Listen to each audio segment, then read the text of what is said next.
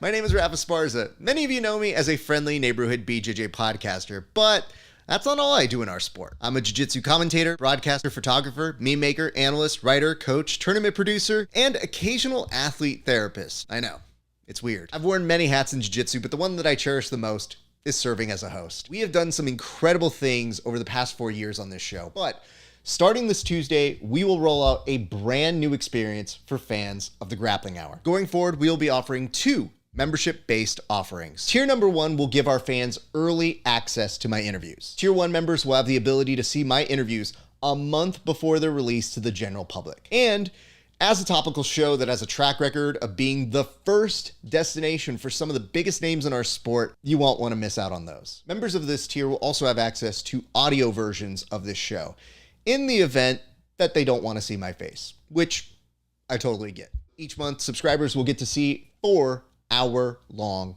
interviews. Tier 2 members will not only have early access to my interviews, but they will also get to see brand new content that will not be available anywhere else. New premium content includes bi-weekly podcast minisodes.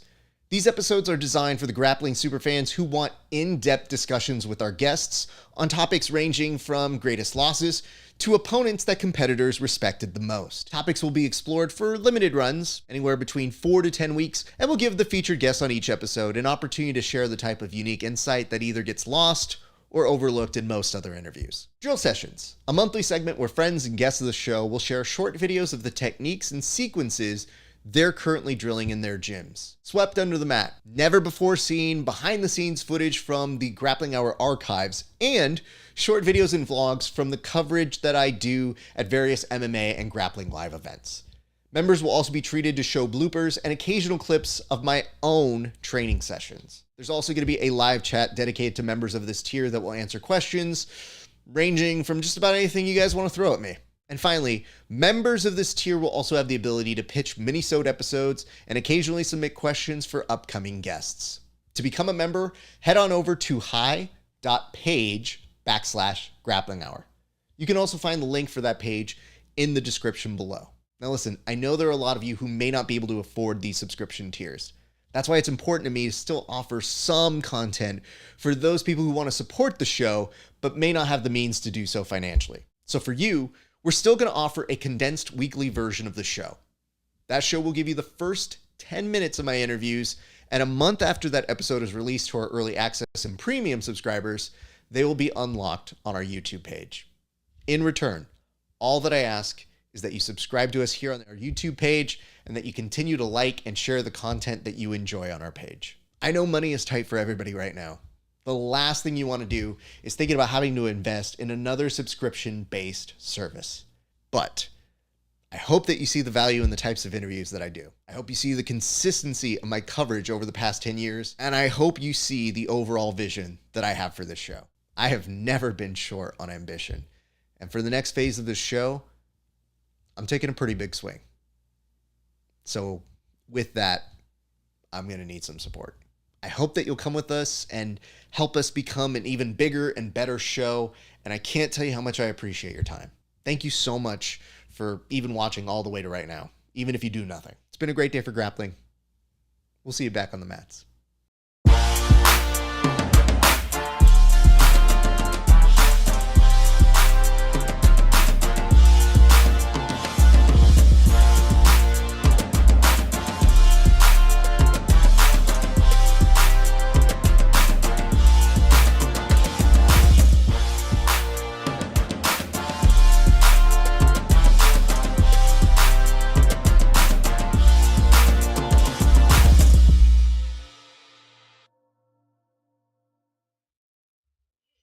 What is up, everybody? It is your friendly neighborhood BJJ podcaster, Rafa Esparza, coming to you way too early. Yes, it is that time of year. It is ADCC trials, and yes, this is a little bit of a different setup. I hope that you guys can get around it for today. We had a slight change in plans. You know, we like to be very prepared here at the Grappling Hour, but sometimes, you know, things can go amok. And I find that it is best if you can just stay above the curve and you can be ready, make adjustments on the fly, and get things to where they need to be, which was essentially kind of what we were doing today. So what I have to tell you is this. It has been a great day for grappling so far. We have been catching up with all of the things that have been going on Flow Grappling. They started relatively on time, more than we did. I'll give them that today. But as you'll notice here, the East Coast trials, it is still garbage-tastic in terms of how they get their streams across.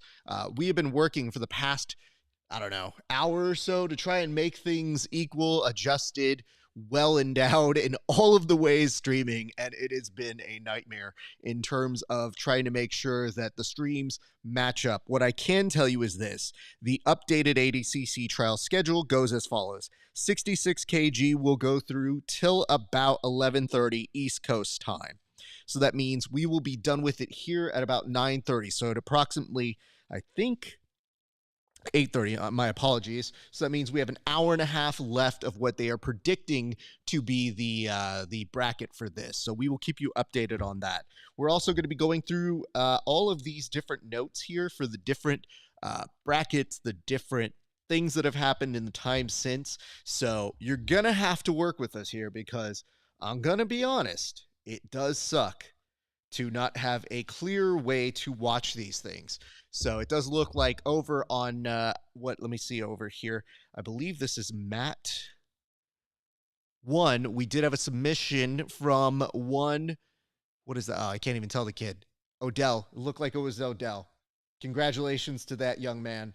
So again, it's going to be a little bit of a day, my friends, because we definitely have to figure out how this works. And here's why.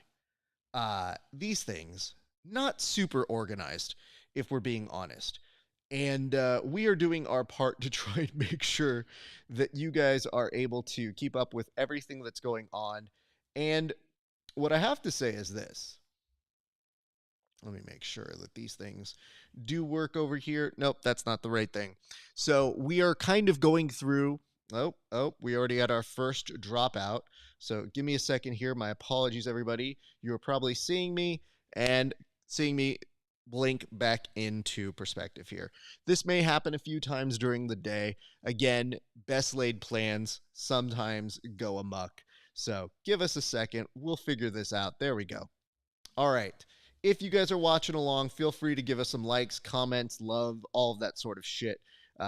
It is going to be a very weird day. Let's just be ready for that. So yes, we do have ADCC style on mat number 1. 2 gentlemen, Gonzalez and Autumn. I'm going to be doing my best to try and go through the East Coast Trials brackets to give you guys the updates that you are looking for. So it is my hope that you guys, if you are watching right now, and Lord forbid you are, there's a very aggressive guard pull by the young man here. These kids look like children.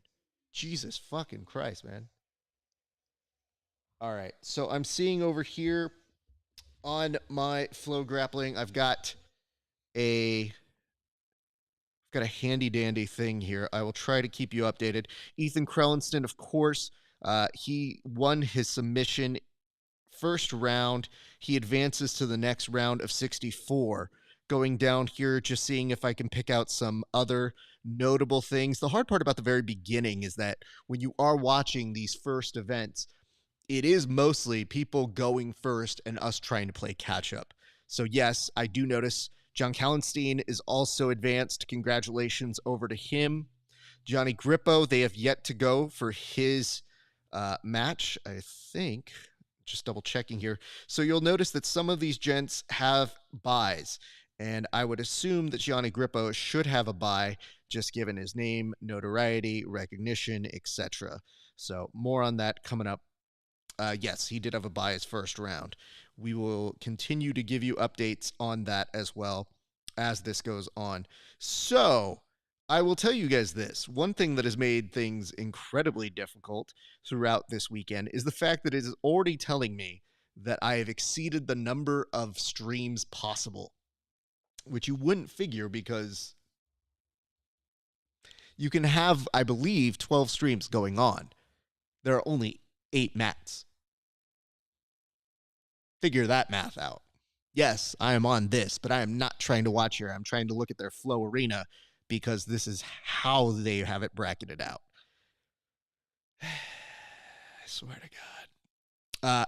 A great deal of my early morning was spent trying to organize this so that all of these would be separated into different little small brackets. So we have one main bracket up here that allows us to kind of sift back and forth. However, the television experience doesn't give you the opportunity to actually have multi-streams. Gianni Grippo is actually on mat, I think this was 3, and I'm going to say this right now. It does look like he is in on an armbar with 40 seconds left. He has already had 6-0, so it looks very promising for the young Gianni Grippo, and he does get the submission tap.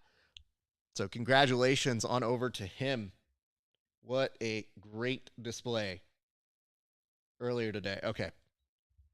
Jesus Christ, man. This is going to be a very interesting day, my friends. But yes, we are live with you guys. Feel free to give us likes, comments, throw us your concerns, talk to us throughout the day. It's going to be a very long day. We, of course, are here today over at Milton Arguello's Mixed Martial Arts Academy, a place that is near and dear to us here on the show.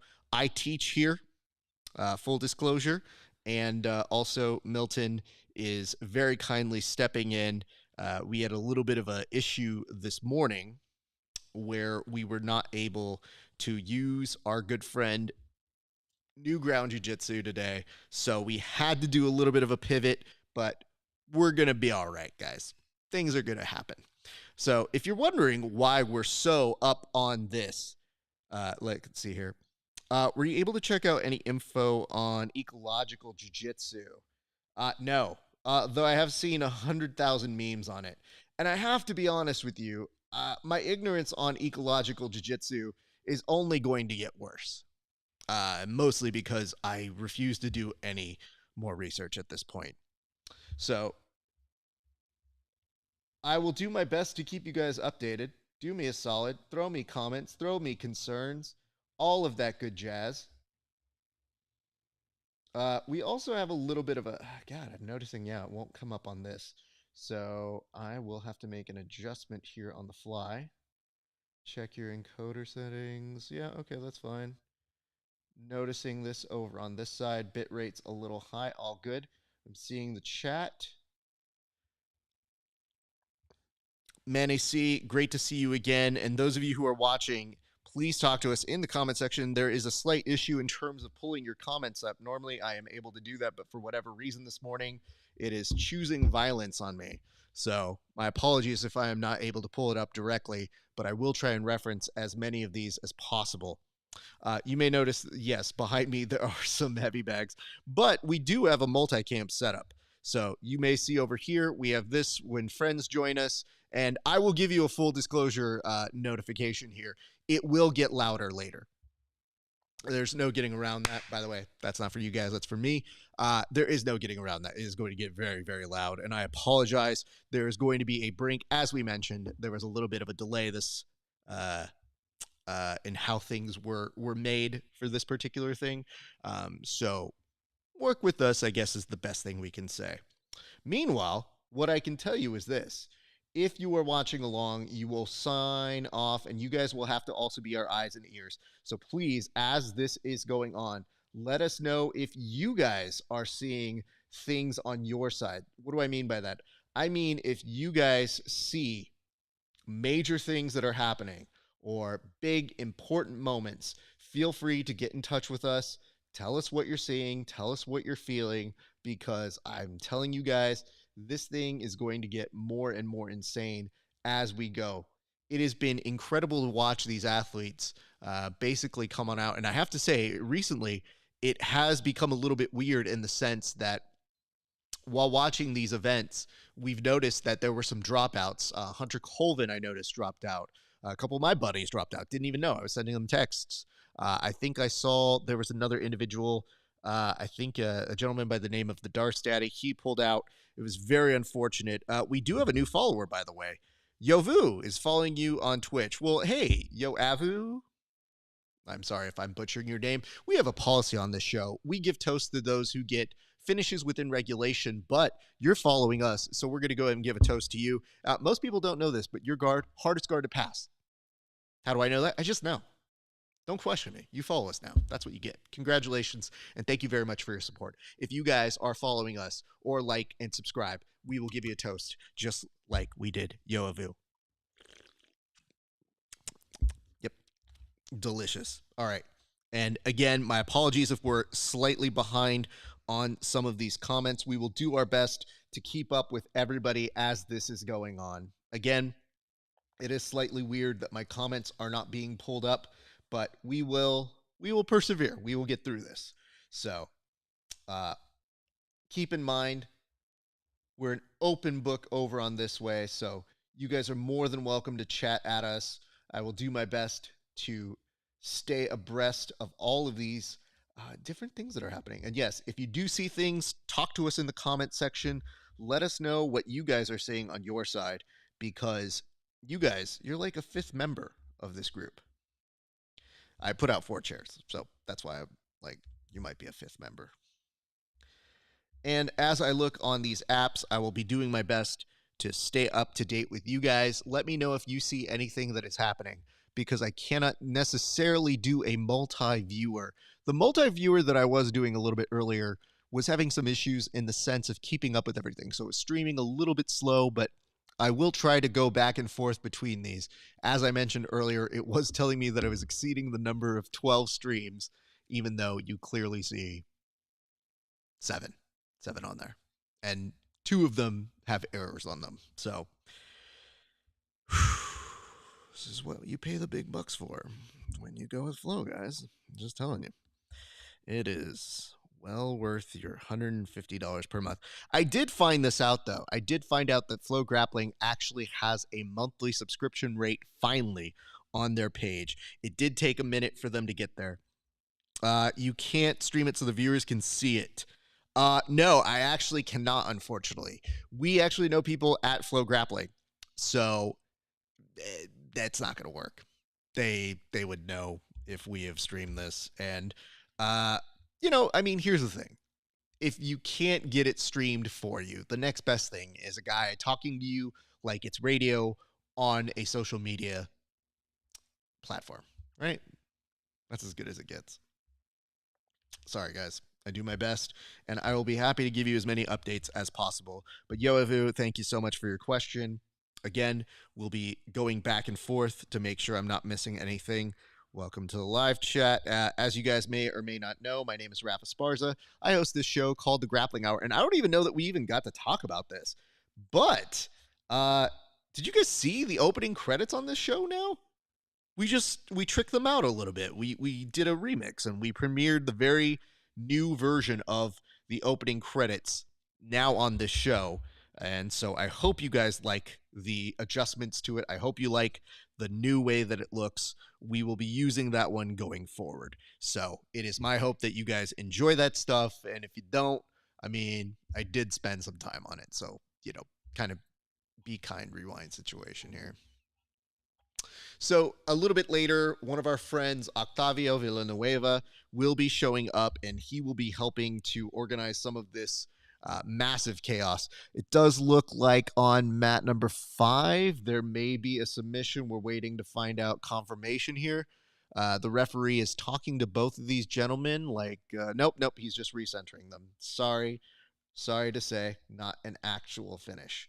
So stay with us here, people. I also have to find a way to... There we go. I think that's the one. Yes, replace that. Boom. Thank God.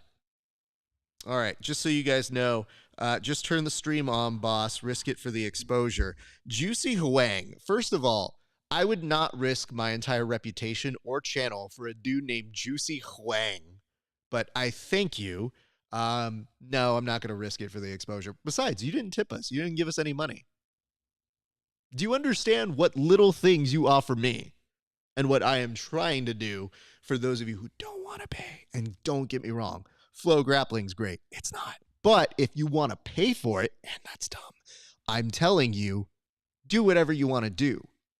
But if you want to know what's going on without paying any money, cheap, I'm here to help you. So, be kind to the guy who's going to do this. they fuck up by forcing the yearly. Juicy, you just joined us right now. You missed the whole thing. You don't have to get it yearly. Now they give you the option.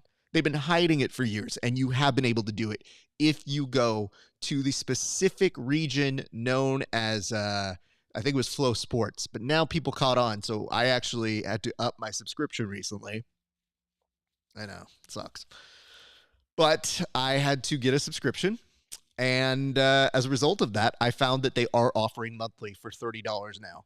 The problem is, do you really want to pay even $30 for this? They tried to do this little part that said, hey, just so you know, on here, on the Flow Grappling, they say that if you want to subscribe, it boils down to less than $3 per week. And I'm like, don't try and tell me that. I go through Flow Cheerleading to do monthly last time I did it, but the option is gone. I think they've all streamlined. I did hear rumors back in the day that some of them were cheaper if you were to go through it, like almost like Flow Cheerleading. I think by accident, I actually signed up through Flow Wrestling, but I guess I support them more. I don't even know. It's very confusing here. It does look like we are in the midst of a submission possibility over here on, I think this is mat 6. So we're going to go ahead and put a little bit of a note. You guys may notice over here in the very bottom region, over this way, we will be trying to let you guys know when submissions or things are happening. So we will let you know when that is happening. And it says, I only want to pay $30 to watch an event for that month. For instance, December for Gi Worlds, now for ADCC. It's not something I'd use on the daily. Me too, dude. But you know what's really dumb? Do the math. Now, ADCC, then no Gi Worlds in December. That's already $60 plus taxes or whatever. If you really break it down and you realize that next year ADCC happens again, one more time in March for West Coast trials out here in Los Angeles. And yes, I do think there is a submission. That is a submission win over on mat number 6. Mat number 6, gentleman just submitted a dude who looks like the brother to Serge from System of the Down. Yep, giving that. I see what you're saying. I'm just letting you know. I'm pointing out the obvious here, which is if you total it up, it's probably going to come out to what, $120? And then what are you saving? Granted, I don't want to make you get a submission or a subscription to this thing. There are better things to buy subscriptions for. For example, our thing. Hey, if you like us, check us on out at hi.page/grappling hour. It's the nicest thing you can do. We really appreciate it. It really does mean a lot to us if you guys are subscribing and liking on that channel. So just so you guys know, we do this out of love and passion for this sport, even though this sport sometimes sucks dick. The actual phrase sucking dick is a very funny phrase because at its core, it's like, who doesn't like getting their dick sucked? It's the sucking of the dick. Yep, there we go. Okay. Oh my God. All right. So I'm trying to make sense of this right now. Mat number 1, you have 2 ADCC style, no rash guards going through in, and they are off the mats, pushing them back onto it. It does look like on mat 2, I do see a very clear version of Mike Pedroso looking his way or over that way with his Omerta tattoo, looking over at that. And I'm going to be checking again for your posts, your updates, your notes, your comments, your concerns, all of that stuff throughout the weekend. It is going to be very, very busy. This is part 1. We will have multiple parts throughout the day, and we will essentially be on the entire weekend. So you will not miss any action, at least not on my watch. So there is that. Again, because for whatever reason, I cannot pull up your comments, I am having to do it manually and look through. So my apologies into this. Oh, the camera on mat 5 just gave up and just started filming the audience. Oh, it's because they went off the mats. Got it. Okay. Sorry. It takes a second here. Over on mat number 1, there actually may be a submission coming up here in just a second. It does look like a Kimura is happening. So just so you guys know, keep a look that's almost like a triangle Kimura that is very, very much in danger of happening here. Gentleman is wrenching on it. I don't know the exact time, but he has a pretty clean break here. It may just work. His opponent is not yet tapping in this instance, but he doesn't look like he is. He's bridging out of it very nicely. So mat number 5, it does look like we have a winner. It is the gentleman with the longer hair over the blonde gentleman. And on mat number 1, that gentleman did get out. So congratulations to him. That dream continues to live on. So the hardest part about watching the very first round of ADCC trials is the fact that when you're watching it, good Lord, it is chaotic for a number of reasons. But it is submissions going very fast and people's dreams dying.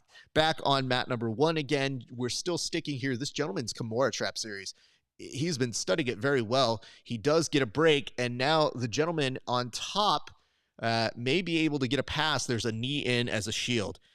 And it says, let me see, anything related to flow grappling is under lock and key. Yeah, it sucks, man. Sir, someone streamed European trials on Twitch. So if you have flow wrestling, you can watch flow grappling and vice versa. Yes, I believe so. Last, who's number 1? I saw someone in Twitch. They don't even check someone were kicked. The problem is I'm streaming on more than just one stream. It's not just Twitch. I'm doing multiple streams: YouTube, Facebook, Twitch, Twitter, all of those different regions. And again, can't emphasize this enough. They actually know me. I have actually done play-by-play for Flow on some occasions where I think they forgot who I was. It happens. Sometimes they're like, oh shit, who the hell fuck is this guy? It says crazy how NFL and UFC pay-per-view can be streamed. Well, those are major sports. We're still like babies. You know what I mean? Like, we're in the wild, wild west infancy of our sport where people don't quite know what to make of us. I think they're very much confused by us, if anything. So it takes a minute.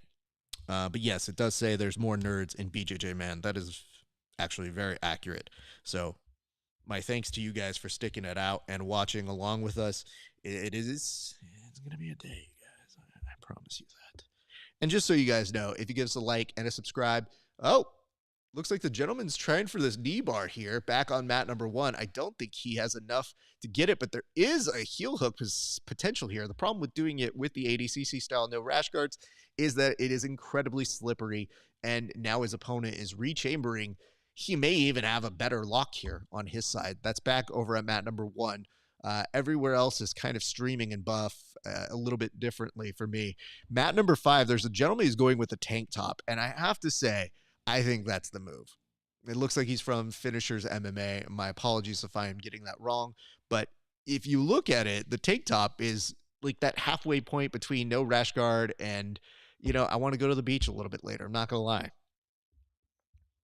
So just so you guys keep up on that bridge, we will come back to those in a moment. I'm going to do some quick surfing around to see, back on mat number 1, he was trying for that nice little break there. He almost had a little bit of a bend on the knee. Didn't quite get it, but now they're back to offense, defense. Let me see here.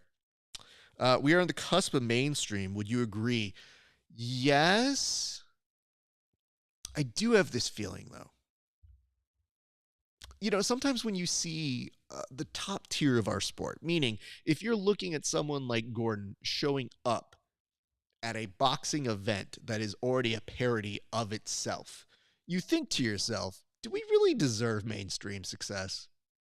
Like, how cringy is it to show up, do your one joke?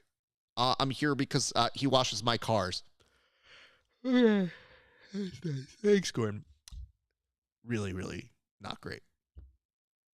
I don't know if embarrassment is the right word, but it definitely didn't feel like we were a part of a sport that was exciting yesterday. It was very, very embarrassing. Less than 5 years out. It's not a team sport, so it won't be as appealing. I compare it to golf. Individual sport, cult-like following, big money. I don't think we have big money. I think we're starting to get people who have it. I mean, like, obviously, Saudi, the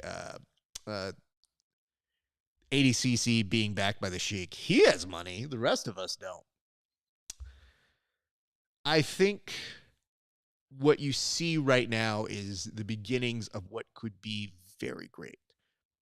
We unfortunately had people who are good at putting on tournaments and not good at making television. So when we get more and more people who are interested in the television aspect, we may stand a chance. I thought it was very interesting when ADCC was going to, for a heartbeat, be on UFC Fight Pass, because at least Fight Pass has the UFC machine, but it's a little tricky because you don't quite get the production of the UFC. You're still an independent entity. So I think they came in with unrealistic expectations for one another. And then as a result, they were like, womp womp, this doesn't work. And Flow ended up somehow securing the bag once again, unfortunately. It's a hobbyist sport, but one of the few where true hobbyists can be put onto the main stage and compete against professionals.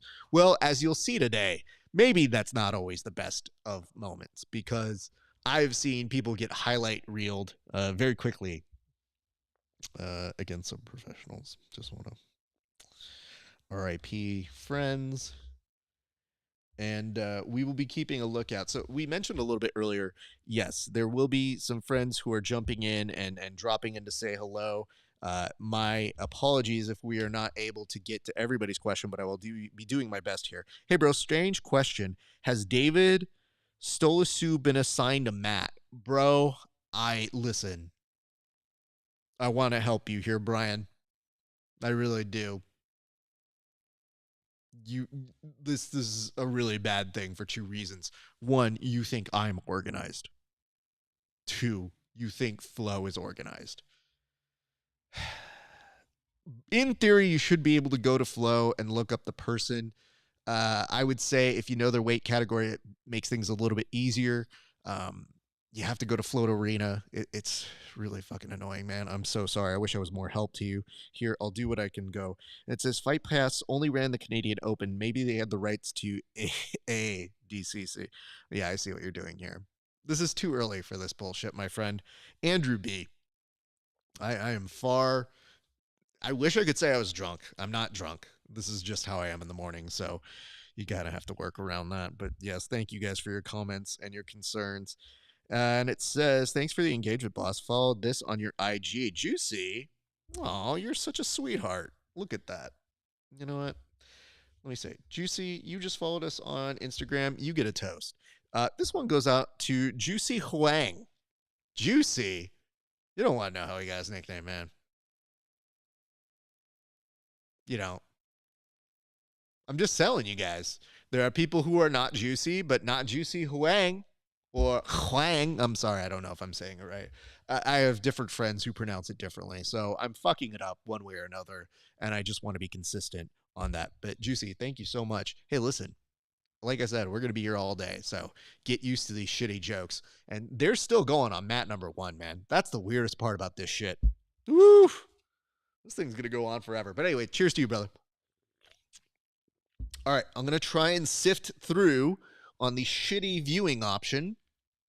I'm going to go from the multi-stream and start looking through the individual ones on the actual broadcast. So just so you know, the multi-stream version was something that I put together on my computer. When I say I'm going back to their shitty version, this is me going to their Flow Grappling app on my television, in which you can only watch one at a time.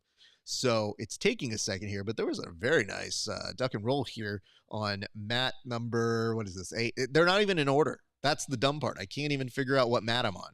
Mat 8. There we go. And it says, Juicy has a great name, but I think mine is better. And that comes from Sarissa Cutton. C. Nutton. Sarissa C. Nutton. Sarissa C. Nutton? I feel like I'm essentially on a Simpsons episode now. Okay, cool. Appreciate that. Thank you for your comment. Thank you for your concern. If you guys give us a like and a share and a follow, I will toast you on air just like we did my man Juicy. Juicy, why did they call you Juicy? That can't be your first name. Did your parents just chew gum and they're like, well, we're going to name you this? I don't know. You have to tell me where the name comes from, because I am genuinely baffled here. Brian Venistra, I love your honesty. Negative 77 men's, and they tried to charge me the $29.99 just to see the assignment of the bastards. Are you fucking kidding me? Oh my god, dude. All right, you know what? For that, let me see what I can pull off for you here. Brian, my heart hurts for you here. I was just lazy here. I paid for it, and I don't want you to have to pay for this. Good Lord. That's so fucking rude. And my apologies. It looks like I have a dropout on the camera. Give me a second. We'll fix that. Multicam. See, this is the beauty of being prepared. And I am vaguely prepared. I think that's the camera I'm looking at right now. Sometimes these cameras drop out for like a heartbeat, and it takes a minute. Give me a second here. I'm looking for David Stolisu. I feel like I am showing up at like an airport and asking for names. All right, looking around. The problem is here, sir, as soon as I find out, I'm not exactly going to have a time. And I hope that you spelled it right, because there's no way in shit I will get it right on my own. And I'm looking it up for you, Jay Torres. Man, it's very weird to see a Jay Torres that's not the homie. And does Bodoni have a brother? I thought so. This gets so confusing when you have so many things going on at once. So I did not see it on a first look here, Brian. And again, it could be my very tired and dumb eyes, but I did find out when my buddy Bobby's going. So good to know. Hey, this was worth it. I see Max Hansen. He's got a bye at his first round as well. Ben Eddy has a bye. Alataza has the bye as well. John Combs has a bye. I mean, all of these make sense. Pierre has the bye. Agarzarm. It's very funny, by the way, to see Agarzarm in this. Cody Steele has a bye. Yeah, all those check out. Unfortunately, I do not see your friend. I will try one more pass all the way down. I know this is exciting, internet television, but guess what? What else you got going on? You could listen to the Flow Zone, and those are the homies. I love them, but they can't have fun. You know that. And at a certain point today, I will probably start drinking. Let's just be very honest here, everybody. Can you see Jiro? No, guys, I can't do this for everybody. Connor, good Lord. You guys are going to turn me into a fucking... I think this is why people in the airports and the airline business get so angry. Stolisu. I don't see it. If you gave me the wrong weight, I'm going to... Is he still doing it? Does he have a different name? Oh, shit. On mat number 8, we did have a submission. So hold up. Bam. Mat number 8. Don't know that dude's name, but congratulations. I don't want to start an unreasonable request stream in the comments. Thank you very much for that. That's very sweet. No stress at all. Honestly, appreciate it. There's too many participants. That's very sweet of you. Yes, doing my best to try and stay on task on these things. And yes, we can switch the cameras now because it is back up. So main cam over for me. Thank you guys for working around this with me. You do understand that I am under duress and working solo. Oh my God. Okay, let me see here. Sir Isaac Nutton. Oh, that's what it is. Sorry. You know, when you don't have anything, just a watch party. Dolores, what time begins? Well, since you're speaking in English so kindly, I will tell you it's going on right now. So yes, it's just a watch party, but it's a free watch party, which is better than that other thing. It'll cost $29 if you want to see it for 1 month. And let's be reasonable. What do you want to see that's else on there? Like, talk to me. Like, what would you buy?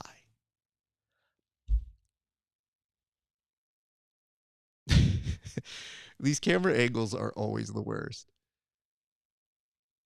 Johnny Grippo on mat number 8, by the way.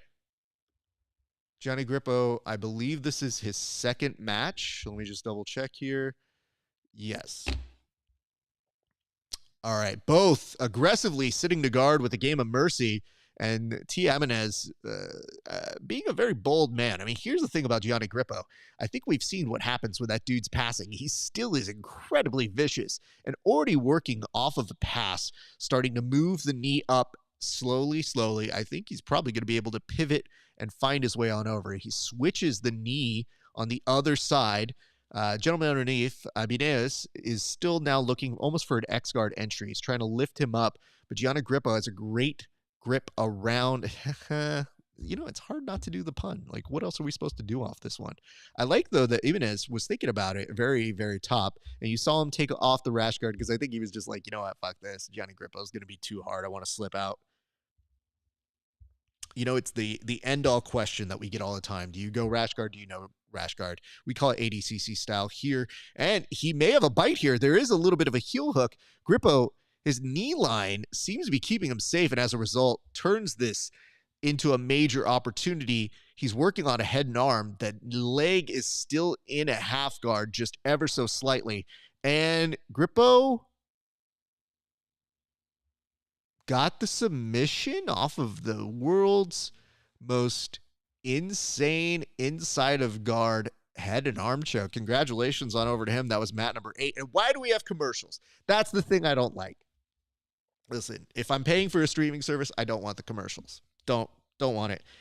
John Callistine, 8-second sub. Well, you need to come on and talk to us about it. Conor Gregory, no stress, brother. Hey, listen, if I see him, I will make a moment for that. Can you see when my friend Nevin Legan is going? No. But I will, if I see him, make a note to tell you. The problem is, this is a mess in terms of how they organize this, so I am doing my best. But if you guys give us a like, share, and a follow, I will do my best to give you guys a toast on here. It's a good opportunity to remind you guys, if you aren't in the know, you can follow us on Twitter. We are on Twitter as well. It is broadcasting right now on Twitter at Grappling Hour. Very easy to find us. Grappling Hour everywhere. All one word. We try to make it so that you guys can follow along. But yes, John Callistine with a 7-second sub. I couldn't even see that. Yeah, let me go back on over to our multi-stream then. Thank you for pointing that out. We got so caught up in the Johnny Grippo. I love seeing Johnny back on the mats. He's a sweetheart of a human being, and it has been too long since we have seen him do his thing.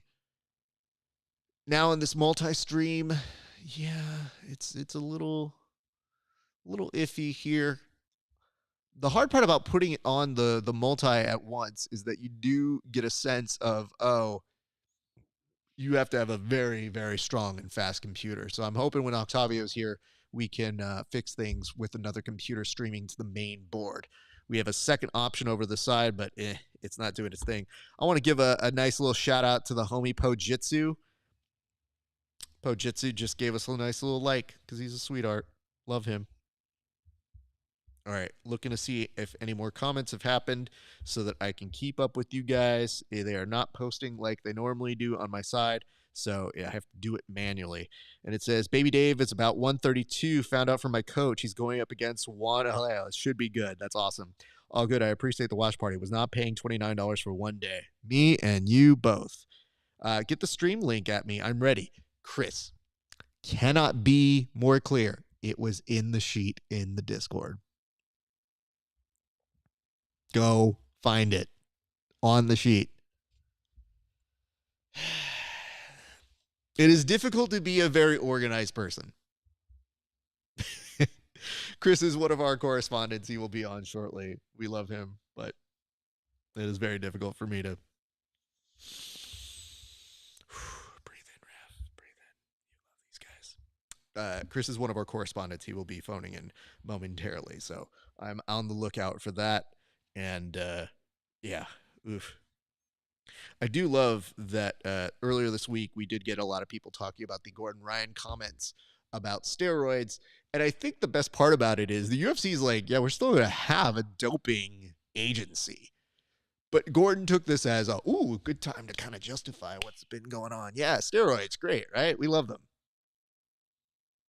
I think sometimes the hard part about Gordon's logic is that he will occasionally go on these rants, and the entire argumentation of what he's doing is he's like, well, if you don't like steroids, you're gay. Like, that's essentially the line of rhetoric that you get from Gordon Ryan. So not exactly the world's most articulate.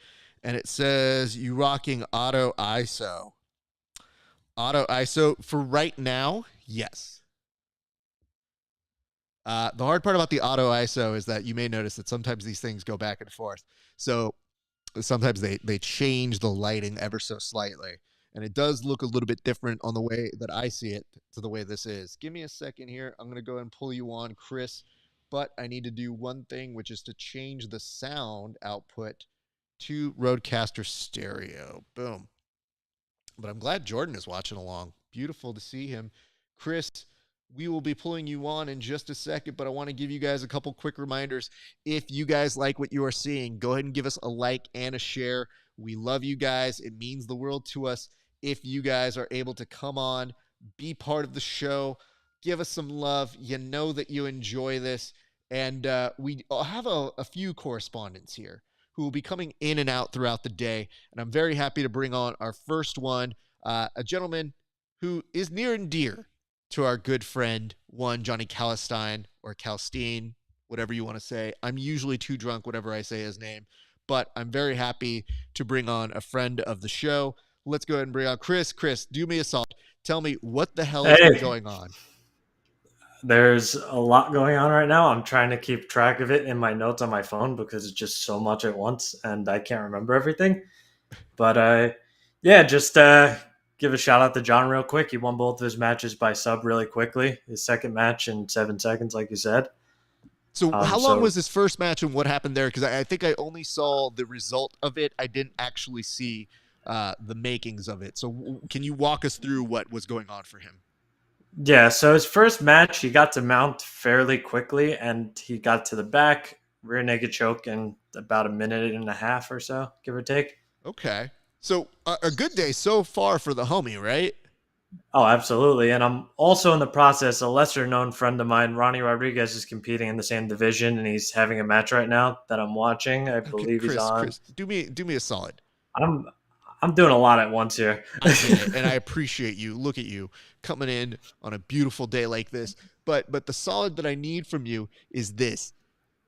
Don't refer to your friends as lesser known friends because it gets a little murky, dude. You can't just sit there and be like, well, there's John and then this other bum I know. No. Ronnie isn't like guy who's competed much on the grappling scene. This is his first trials. Oh, his first trials. Well, that's sick. Yes. And he was a Division I wrestler, amateur MMA champion. I respect the hell out of him. I'm not saying that. John's just more well-known guy. He got a bye. He's a seated guy. Ronnie's coming in more as a unknown to grappler fans, I guess you could say. It's okay. I just want to give you shit. You're fine. So, okay, so the 66 is your beat, and I'm glad because you're on East Coast time. So, what have you seen overall? Like, what have we been missing? Because I've been doing my best to keep along with the action, but it has been massively chaotic. Yeah, the first round, it was just too many matches to keep track of at once just because there was 256 guys. So I kind of just have been going over the guys who made it through to the round of 64. And then they're going by Matt, so some guys got through the round of 62. So we have Dorian Oliveras, the wrestler trained out of B Team. He's one of the favorites in the division. He made it through to the round of 32. So far, he won a match by Kimura and then on points. He looked really impressive. And I know he's a lot of people's dark horse in this division. We also had Ethan. Obviously, Ethan, it looks like he was the number 1 seed going into this. Won his first match by rear naked choke. Got a bye in the first round, so he's going to be going through. We had David Barnes looked really good in his first 2 matches, and then just had his match against Julian Espinoza, who I think had a match with Gianni in the finals of Pans the other week. Yes.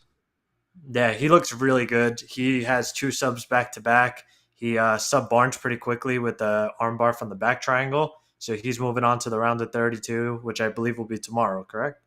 I think so. So it gets a little confusing. I want to take a moment to address a question. Mulder Noob says, "Has it started?" Yes. Back to you. Of course, as you've been going over, we had Gianni get a couple of subs. He's going to be moving on to 32. We have Keith got a sub in his first match by rear naked choke. I didn't even see that. I didn't even see it. Don't even know. And you know what? The weird part is, I don't know. So how are you watching? Are you watching this off of your phone? Like, what is your streaming services look like right now? Because I've got it on I want to say I have 7 screen windows up, but only 5 of them are working because, again, flow. But how is your version of this? Did you look it up earlier? Did the earlier time or the later time help you? Because I'm struggling here to keep up as much as I can. And if I go to their service, they don't even have their flow zone up. If you go to their actual streaming link on Flow Grappling it itself. Okay, so I'm watching through like the little 4 screen in one tab that they run. So they have a 4-in-1 screen, and where the fuck is that?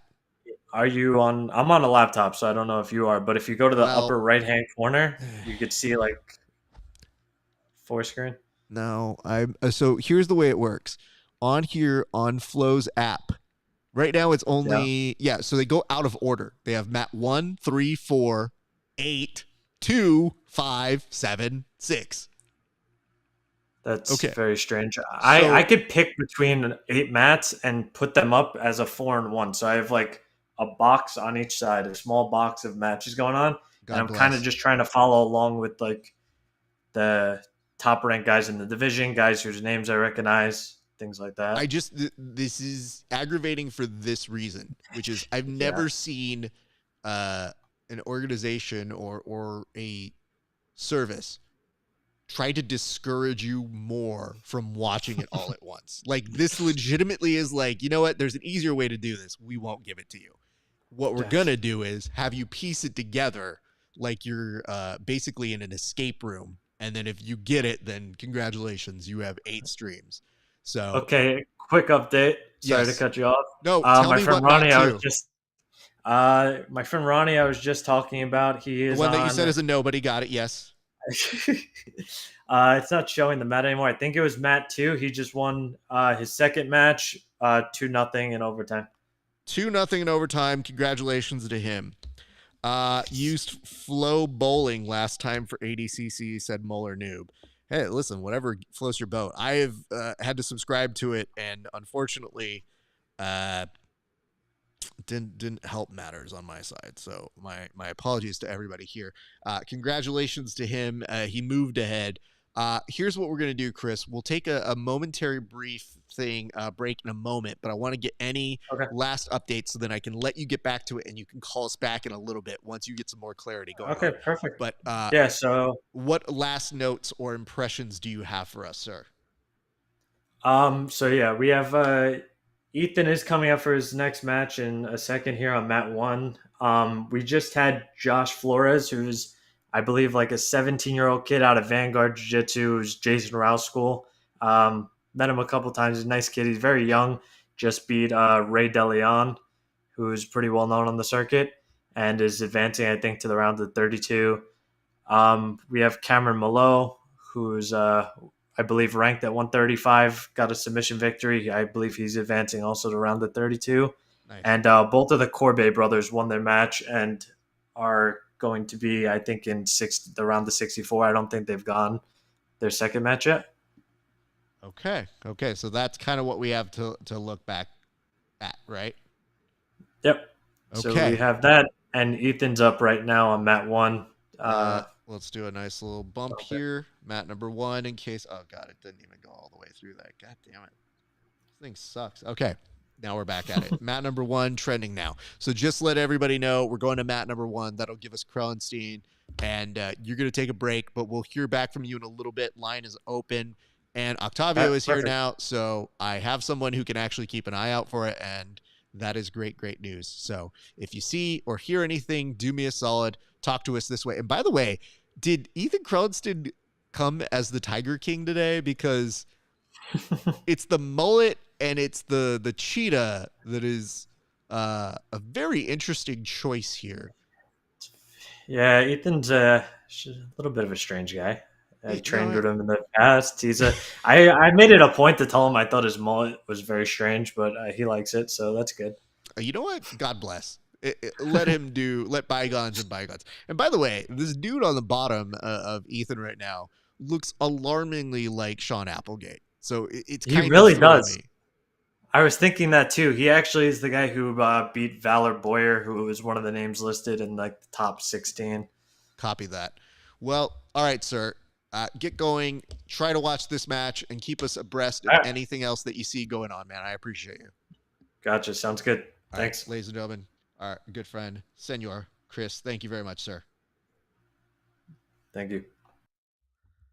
All right. So where do we start? Okay. We should say this. Much to my director's preferences, he does not prefer to be on camera. Thus, all cameras are so that he is actually not on camera. I have set him up on an island very close to this. I have to ask you, you don't have to, I mean, this is off, so you're good. But what do you think of the setup here? It's nice. It's okay. It's clean, yeah. Okay. You have Now, space. here's the issue that we're going to run into. They have a kids class. Oh, everything's terrible when kids are From 10 Most to of it, really. So from 10 to 11 there's kids, but Milt was like, it'll be chill.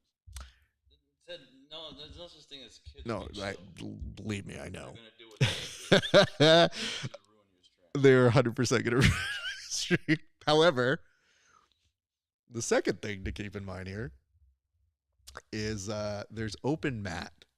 Here? Yeah, and it's a striking open mat. Yeah, you can't be quiet during that. Well, the issue that we run into is that there's a gentleman by the name of Nico Rich, and he will his mouth could be closed and you could still hear him. Like, that's how loud that gentleman is. Does he have like a sinus problem? No, he loud. That's just what he is. As a fellow loud person, I can't. You know you're not. I mean, I've been told many times while you yelling, and I'm not. I mean, I'll be honest with you. I turned your mic up slightly so that I can kind of have people know and understand whatever it is you're saying. I'm But nowhere near a microphone technically, so if you can hear me. yeah, but it's meant to be faint. It's for effect. Oh, okay. Cool. It's mostly so that you had this. So when I set this up yesterday, it took me like 2 or 3 times to be like, all right, this motherfucker's gonna be so mad if he appears on camera. Let me just make sure I have this and this all set up. I'm So not gonna flip a table if I'm on camera, but I'm also gonna be like, oh look, I'm on camera. Let me get. no, I know. I just like the idea that you've come in hot a couple times where you've just been like, I don't appear on camera, I'll do this. And I go, no. Noted. Yeah. Okay. So here's the good news. We have cones, and the original version of this was, and just so people get an idea of what I'm talking about here, the original version of this was there was going to be a spot over on this side where I was going to put the table over there. But then I recognized that your back could be to people rushing in. Yeah, I appreciate that. So then I said, I'll do the opposite side. But the downside of that is I've inched it closer and closer. Congratulations are indeed in order for Ethan, who is going to advance. Not a major surprise here. That was on mat number 1. Mat number 1, we just want to let you guys know that. But I did recognize, I was like, well, I was inching this further away so that you wouldn't be as close to these. So I'll take protection. I'll take these heavy bags as a shield. I'll say this, it'll spare you, because even when I talked to Milton, I was just like, because, okay, so just so people know, there is a little bit of a change, and I did mention this a little bit earlier, but the change was that we were supposed to be doing this from our good friends over at New Ground Jiu-Jitsu, and something happened, and it's kind of a little emergency, a little technical difficulty, no big, we still love them. But as a result of that, I had to makeshift everything.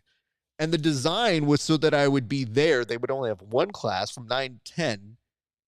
And then we would have been done. And then the whole gym was ours. This was, I was like, no, let's avoid the kids and do this. And we'll just do split 1 and 1 per day. So when that happened and I was like, hey, Mel, this came up. He's like, don't even go anywhere else. Come here. I go, that's very sweet. Is the benefit you don't have to strike this and just leave it set up for tomorrow? I mean, yeah, the problem is I'm going to move it down there for tomorrow. But it's not a major strike. No, it's a slight strike. Don't get me wrong. Moving any of this sucks. Yeah. But there are ways to make this work where it's not as bad. I will ask this of you. Do you have a computer on you? I do. Okay. I think what we may need to do is take another stab at what that was trying to do with this. What, that monitor over there? Yeah, because this thing, I was trying to make it work. I think, 1, it is too slow. And 2, the fact that it was telling me that I had used too many streams. Like, this is on because I'm only looking at Flow Arena to see who's coming up and where.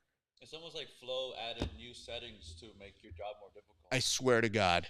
It's because you always complain about how shitty the streams Well, are. you know what? Hey, I'm not alone on this one. I'm agreeing with you 100%. Flow sucks in every way possible, but they're adding these features to screw you. Specifically me. Specifically you. By the way, I still love the person that used Flow Bowling. This is my favorite thing. Yeah, they're geniuses. Matt7, any updates, please? Well, let me look. So you're trying to keep the multi-box on this one, and you're trying to do flows on that one over there? If I could. The problem with that one is that's an old computer, so I tried to actually put the Roku on it, but I think I am deficient AA batteries to program a remote. We shall see. But, you know, If it's doable, it will be done. I just figure you're a whiz at that stuff, and we're smooth sailing so far on our side. So now we have the time to fix up the setup because this is only one weight category. This is only one weight category that they're doing right now. So we gonna be here. I'm heading over to Matt7 right now for you, Brian. That's a Keith Krikorian armbar. Hey!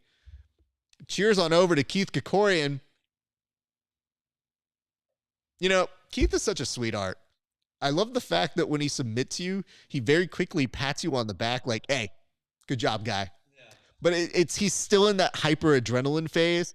So he does it with the passing and the non-caring of a PE coach from the 8th grade.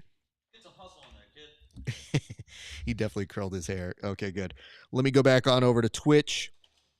A fun wrinkle that I was telling people a little bit earlier, just so that you're aware, is for whatever reason, it's not pulling up the comments to post on the thing. So it's from YouTube or from what? Any of them. So it's not reading any of this. It's not pulling them up for whatever reason. I think the client that I use is Restream to do that. And I think that Restream, I got in very quickly on Restream, like very early, and got grandfathered in. And I think they're continuously trying to find ways to be like, give us money. And I go, nah, man, I was grandfathered in. I don't want to give you any money. And be like, oh, fuck, they're holding like my comments hostage. And they even try to do this. They're like, do you want to manually play videos on our own? And I go, yeah, of course I do. Well, how about you give us some more money? No, I don't want to do that. No premium. Thank you, though. Hey, speaking of which, if you guys want to support us here at Grappling Hour, all you have to do is go on over to hi.page/Grappling Hour. Give us the monies. What a plug. Yeah, thank you. Let me put it to you this way. I will shit on anybody else asking you for money, but when I ask you for money, I think it's sincere and honest. Yeah? Right? So, do you need the remote for this one? This is a very old TV. Cannot emphasize this enough. Hey. You said that doesn't work though, right? This works to the TV, but not to the Roku.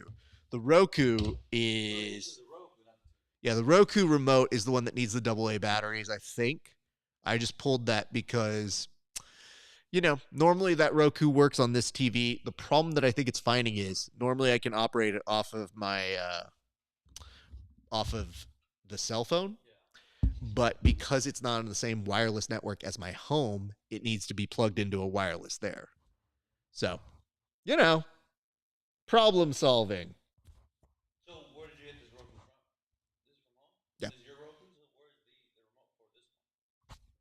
It's usually this. Oh, I see. You don't have a real actual. But I brought a remote. There should be, this with the double A's, if we can program it. I think like I said, I think the double A's are dead on it, but if we have a way to fix that up, I think we might be in business there. So just so you guys are aware, yes, I do believe that we're essentially a little bit behind schedule. What? With Flow? I think it's more ADCC than Flow. Look at this. So, fuck you. I just saw it. On here, there is a way to get alerts. So if you guys are looking for specific people, you can get alerts. I'm going to do a quick little breeze down to see if I can see anything. So if we get down to the round of 32, I think they go tomorrow. And you got Crownston, who advances tomorrow. Espinoza, who advances tomorrow. John, yeah, I think he does. Johnny Grippo. I'm seeing a few things here, you guys. So Keith Corian should be advancing tomorrow. Jay Flores advances to tomorrow. And let me see. D. Corbe advances to tomorrow. So we may be coming up pretty soon on going over to the 77 kg category. So keep in mind, things are going to move very fast, even though it is a long-ass day. And on mat, impossible to tell, mat number 7, nice little back and forth exchange between Mejia and Ortiz. However, I'm going to leave that one and very quickly do a breeze through to see what is going on the other mats. I'm going to go visit mat number 2. Elmore and Rodriguez on this mat. The hardest part, ooh, nice little triangle shot up right here. There may be some action. I'm going to go ahead and tell you guys, ooh, brushes it off ever so easily. And is going to rechamber this leg, looking to maybe attack on his side. Gentleman from the basement over on this side, maybe in danger of himself, but we will come back to that one shortly. Just to give you guys an update on that side. Moving down, I'll just circle back for a few of your comments to make sure I'm on this. Thank you guys for sticking with us. We appreciate you guys. I definitely see curled his hair. That is very funny. Appreciate that. I'm going to come back over to live. Ooh, on Matt. Is that 1? No, this is Matt. Oh, Jesus Christ. Even these graphics look terrible on this. They literally just ran out of bounds and straight into a table. And there may be a triangle attempt here that it's good. It might get shaken off. We will find out, and it does get shaken off. Excellent work on that side. So keep in mind, if you guys have questions, comments, concerns, hints, allegations, hit us up in the comment section. I will be addressing them all day long. I mean, we're here for a while, you guys, just in case you forget these things. But Elmore and Rodriguez on mat number, I think this is dose. We're going to actually sift on over to see what else is happening. But I think you've seen a bulk of big players have kind of come and gone. And what's interesting is I think they're waiting on the rest of the 66 category to finish, because on mat number 3, it's empty. It does look like on mat 4, empty, 8, empty, 5, empty, 7 is still in play, and mat 6. Let's visit this very quickly and see what's happening here. Ooh, does look like there was a submission as I see somebody hobbling and doing that clap, which is you got me, man. And yeah, definitely walking like your uncle at a party. By the way, this camera on this particular one is incredibly off-center. Like, this camera is sinking. Whoever put this tripod on, like, I feel like I'm falling. I'm getting vertigo just looking at this fucking frame. Moving on. Boof. But yes, Keith Krikorian moving on, I think has to be a favorite. Johnny Grippo has to be a favorite. Johnny Calstein, never, ever count that guy out. Dude is a former EBI champ. And, we always like seeing him compete. He's such a good kid. And it is a pleasure to see him back on the mats. I do see some action happening on the mat next to, I think that was just 3. Let's go over to mat 7 and see what is happening here. Mejia and Ortiz still going on. There is an attempt at an underhook. There is almost a triangle, but it's turning into a pass. And it does look like he will be able to advance here. Instead, nice little reversal of position. Both the gentlemen now back on their feet. They extend out of bounds, and they get brought over. And the referee already is willing and ready to give the acknowledgement at the end of regulation, and there is a decision win. That dude looks like a slightly more yoked version of our pal Medina. That looks like that was a Danaher. Very difficult to figure that out. I can only see half of the profile, but you get an idea. Bryn Venistra, you're a gem, making my life better. Well, thank you, Bryn. I appreciate that. If you love this show, give us a like and a subscribe. It means the world to us. And we will give you a toast on air if you weren't following us to begin with. So keep on that. Yeah. Do I have it? If you have it, yeah. 'Cause I think I need that. Okay. Let's find out. I wish that it just recognized that you were trying to do it and I could just share it with you like that. All right. Has any of the Corbet brothers gone up yet? I believe they have. D Solesu. D Solesu. Whoever had that. Fuck. Let me find that in the comment section in a few. That dude. Yo. Whoever's boy that is, he came in with the submission. He gets a heel hook within 10 seconds. Yeah, that's the. Okay, I see why you wanted to know he was there. Got it. Okay. Hey, Octavio, I think that's it. If you want to pull that for a second, I'm going to go ahead and look on over D Salisu, just so you guys know. You were asking about it earlier. Ask and you shall receive. I always do my best to keep a lookout for those things. And thank you guys for sticking with us. It is, woo, a very fun thing to work. Yes. Share. Boom. I think I just gave it to you. If you sick. Of course. Thank you, sir. All right. Going back to look at your comments, just to make sure I haven't missed anything. Has any of the Corbet brothers had a match yet? I think I just responded to that one, so my apologies if I'm repeating it. I just want to make sure I'm covering all the bases. Twitch, looking through to see if we have any friends on this side who I have not talked to. Want to give you guys an update again in about an hour and a half. It will get crazy. The children will be showing up here. My apologies in advance, but it is the situation we are dealing with today. And you know what? We appreciate our friends for making it happen. All right. I'm going to go back to see what other information I can pull for you guys. But as of right now, yes. And I will find out what Colby brother did go a little bit earlier momentarily. And I'm actually going to take myself off the Wi-Fi so that I don't drag down any of the stream. We'll have to make a reminder to Milton and the guys because I think they're going to need to use it for the speakers and whatnot. Any luck on that right now? Okay, all good. There is also the possibility. No, it's not that one. There is also the possibility it does take some kind of HDMI.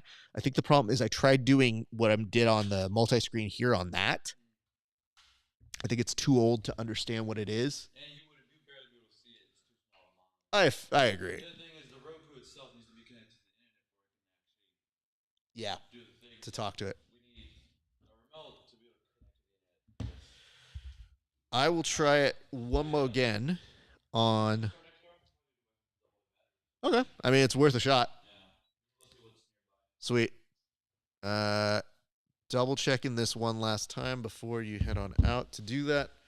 And then, by the way, food. Do you want any? However. I think eating before kids get here is the move. I'm feeling breakfast burrito-y. Yeah. Anything in particular?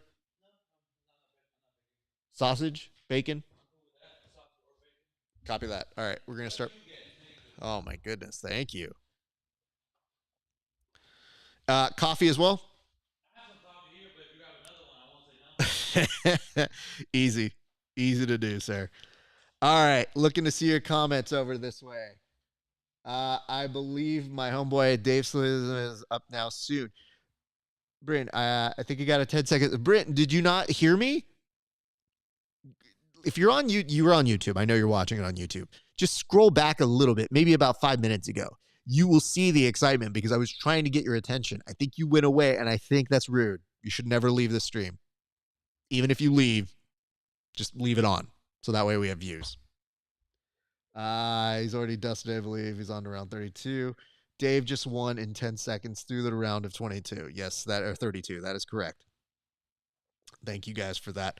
We're going to be putting in an order here for Postmates. My apologies to you guys for having to sit through me typing these things in, but it is what it is. And I am looking for a good breakfast burrito.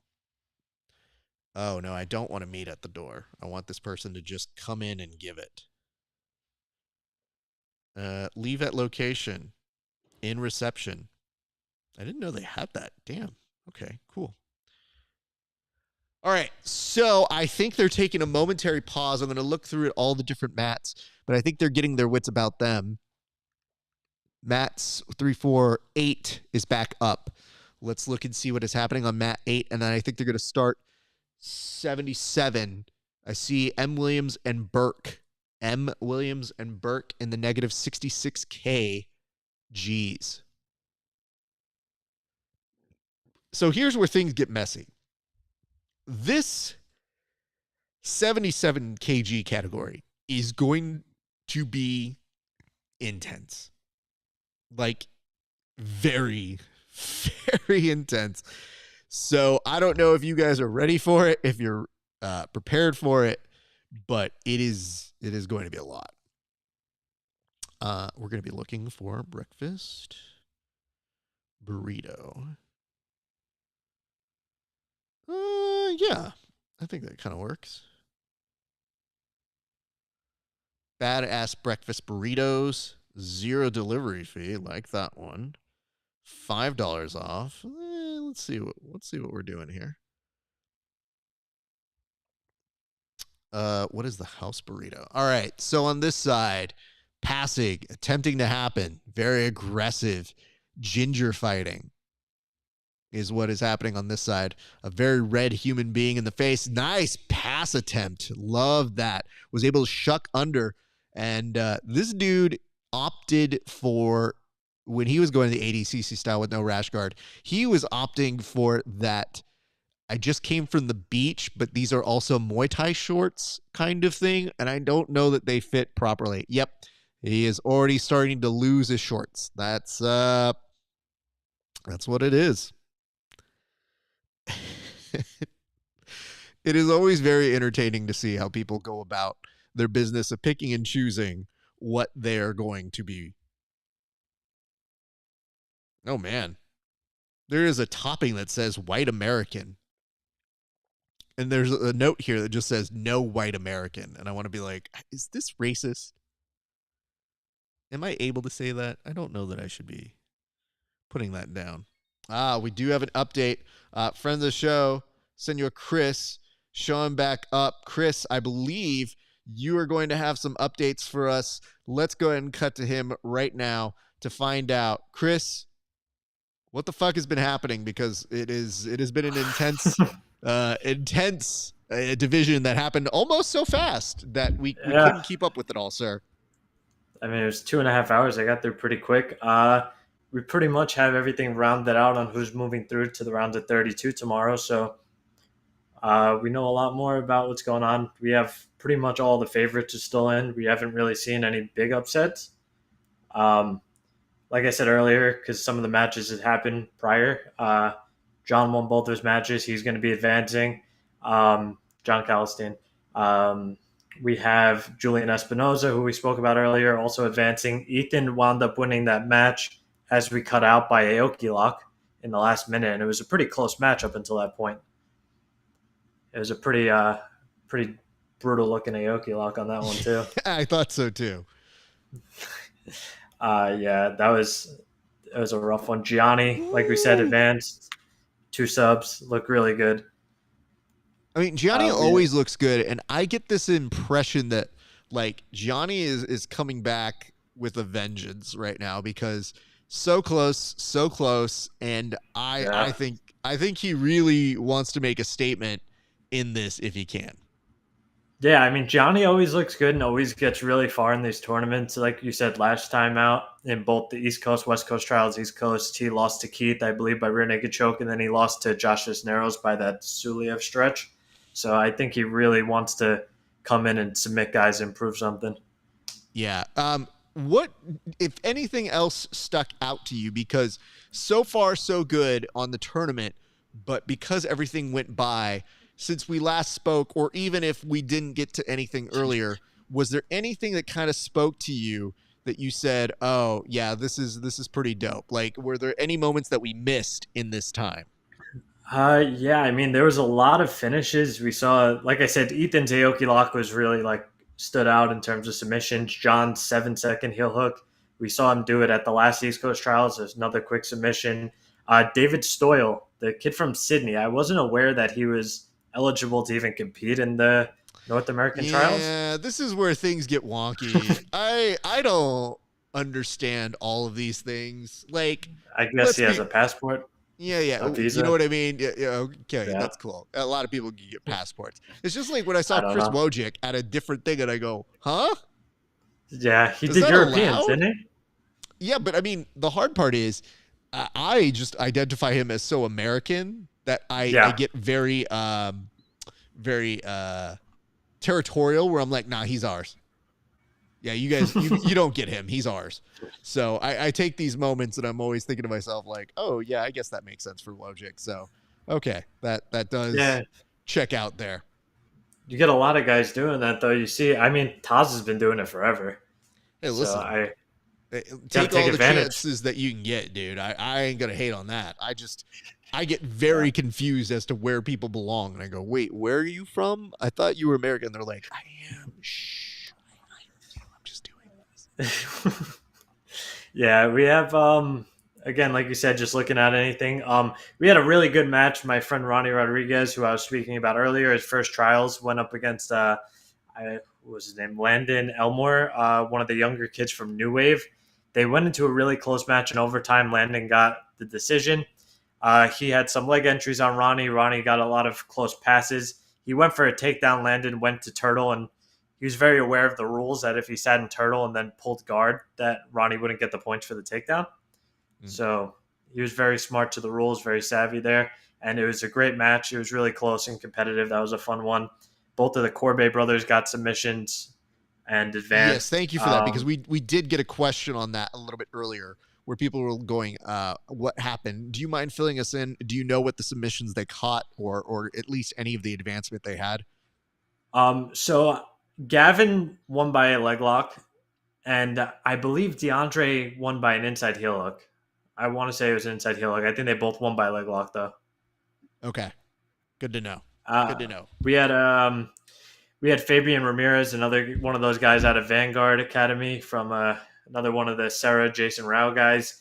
He looked really good last time out. He got a quick submission by inside heel hook and is advancing. An old training partner of mine as well. So congratulations to him. I guess Who a else? question I have for you right now is there is on, and give me a second to figure out what mat this is. Mat 8. They are still in that round of 64 and they're walking around and dude without shirt who's got his Muay Thai shorts. Oh, I see this now. Yeah, I Like, just pulled it up. like what's happening here? To be honest with you, I have absolutely no idea. Because legitimately, He's just pacing. Well, yeah, no, I get it. It's just if he finishes, I feel like he's one of the last matches that we have. I think he is the last match. I think he'll be the one going up against DeAndre, whoever wins this match. Okay. Because I think just looking at the Flow Arena bracket, yeah, DeAndre's the only one who isn't matched up right now, so he'll get the winner of this. And I mean, we could do a quick recap of what's going on in the round of 32 if you'd like. I would. I need a kind of idea of what's happening here because I want to put into context what's happening maybe for people who don't have flow or are just kind of hearing us going like, what the fuck's happening? This gentleman is walking around and we just mentioned that if he finishes his match, the two gentlemen that are left with 1 minute and 14 seconds, we move on to the negative 77 category. However, if nothing happens here, it feels like we're in a perpetual state of, So just from a logistics standpoint, they're moving, they're going. Was there an injury? Was there something that happened here? It looks like a cut. The guy Okay. came out wearing a headband. He has a headband wrapped around his upper eye, maybe. He looks like he might have got cut. Okay, here we go. Oh no, you know what? I think you're right. Or he just wanted to make a fashion choice where he's like, I'm gonna kind of go like LeBron, and we're gonna try and see how this works out for us. That's a good fashion choice. I'm a fan of the headband. I'll I tell like you it. this much. I don't know that I can pull it off myself, but God bless if you can. So they're going back. So are they the last people up? I don't have my multi. Yes. They are the last Yep. ones. Yep. Winner of this match faces DeAndre Corbe tomorrow. Okay, so then once we're done, oh, here's a Roku account to sign in. Continue. By the way, Octavio's already approved his worth within the first 45 minutes of being here. I walked to the store. He did. You know what it is? Is I looked at him and I go, here's what I know. I don't know if this will work. Let's try it. Walk to the store, got some AA batteries, and essentially may save Christmas. We'll see. It's looking like we might have a pass here. I think It's you're quarter correct. And that should give him points, right? He's in quarter guard, so not technically. I no, think you're right. unless But that should do enough. Oh, well, here's the issue. What do we do for overtime situations here? They go start on the feet, wrestle. Usually, unless someone pulls a guard, they get -1. Ugh. Good So Lord. yeah, it looks like they're both choosing to wrestle. 3 minutes, you got to score, or else it goes to a decision. And this is the only thing still happening, right? Yep. Every other Okay. mat's clear. I think they're just clearing the mats off. I think they kind of want to run it a little more organized this time out instead of like throwing people out there just randomly. They're probably going to wait till 66 is cleared out, then move on. I mean, I hate to break it to them, but no matter what you do, it will still be random. Like, even if you do this, there is a random element to this as well. It's just, at the very least, we can kind of see it all happen together at once. So that is good. But it does not make it any more coherent, I think. I think it's a little less confusing about like you have an idea what weight class is going at least, and they're all kind of just going at once instead of just like, oh, there's 477 guys, 288 guys, and 266 guys on at the same time. What is going on? All right, so we have unlocked another version here, which will allow Very me nice. to I do hope this. it helps. I mean, here's the good news. On the replays, they do have already clips up. So if for any reason we need to reference something, we can look at those clips. But yeah, they go up right away. On this one as well, they are still highly confused as to what. We got now points. I just don't have a preview. I just have. You can check out Mat 1, which, by the way, nothing is going on.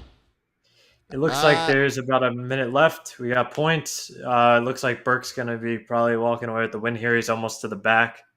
So, Chris, can you walk me through this? Because I've had this discussion with people, and I do forget myself, and maybe you are more educated on this than I am. Is a triangle in between the legs, not a body triangle, points? A triangle with, like, the outside foot, like, trapped between the legs? Yep. I don't think so in ADCC rules. That's one of the, like, the little confusing things. I think you can have a bot.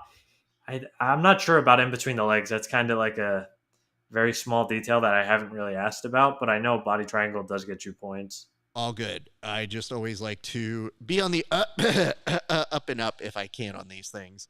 Yeah, so, I'm pretty sure it's still points though, because I'm like 75% sure you'd still get points there. It has confused me for far too long. And it does make me always have slight pause where I go, wait, is that points or is that not points? Well, what are we doing here? So it looks like there may be, I wonder if they'll take like a short, slight break of 5 minutes of some sort before heading steadfast into this next one, or if they're literally just all looking at these guys uncomfortably as if to say, you guys done yet? I mean, we're going to find out now. They just finished, so we'll see if they're going to throw guys out there. All right, let's see what happens here. And that should be good enough. 2-0 will be able to let us know that by points, the non-Frankenstein, a.k.a. Oh, he doesn't even... You know what's great? How did he get injured and the leg sleeve climb up even further on his leg? These are the questions I think you're the only one asking. Listen, I ask the real questions people need to know. That dude, like, it's supposed to be at your ankle, and that dude had it on his knee. Was his knee hurting too? I mean, listen, there's so many confusing aspects of this. So many fashion statements, I think. But I'm happy that you've been able to give us these updates. What are you looking like for the rest of the day? What do you have going on, sir? Right now, not too much. I just planned on watching trials. I still do have a couple guys I'm going to be rooting for in 77, 88, so I'm going to be keeping an eye on those guys mostly. Why don't we do this? Why don't we go ahead and have you take another break? We'll have you come back on in a little bit. We'll kind of get our wits about ourselves, and we'll find you back in a few minutes. So you have the line. You know the direct way to get in contact with us, sir. All right, I'll be back in a few. All right, man. We'll talk to you. All right, bye. Peace. All right. What a day. Okay. What do I say? I would say we have these little fancy buttons that allow us to do things, like allow us to let you know there's a tracking and trending on Mat 1. The problem is nothing's happening right now. So we have the computer there. On your computer, can we build out the multi thing? And I'll just give you my flow login. And to keep here or to put over there? To have on this. Yeah. Great. Because we'll take off the ones that are on that slow-ass computer, and I think your version will be better. And I think you'll enjoy my Flow password. Do you have Flow? No, of course not. Never. I've never given them a single dollar in any way. I have to be honest with you. A certain former partner of the show and I, we used to split it. And he no longer does the show with me. So he had the very real talk with me of, hey, man. And I go, you know what? You're completely valid. And he told me, he's like, I mean, I'll keep it if you want me to keep it. I was like, you know what this feels like? This feels like the end of, well, not even an era. It's just, it feels like the end of fucking Aladdin, where I'm like, I have to free you, genie. I have to let you be a human. No. It's a genie. Why would But, you know, what if you already had your 3 wishes? You're going to be like, I'm just going to keep this dude for nothing now? Doesn't he just reset? No, he doesn't reset. You run out of wishes. All he's done is reset forever. Like, Octavio, your version of Aladdin would have been fucking torturous. He'd be like, nah, dude, I'm going to pass you off to the homies. Everybody gets 3 wishes forever. All you gotta do is lose it. And then find it again, and you get your wishes, right? If you bury it, come back in a year, could you not reset your wishes? Okay, plus and minus. Breakfast burritos are on the way. Nice. Minus they didn't have coffee. That's fine.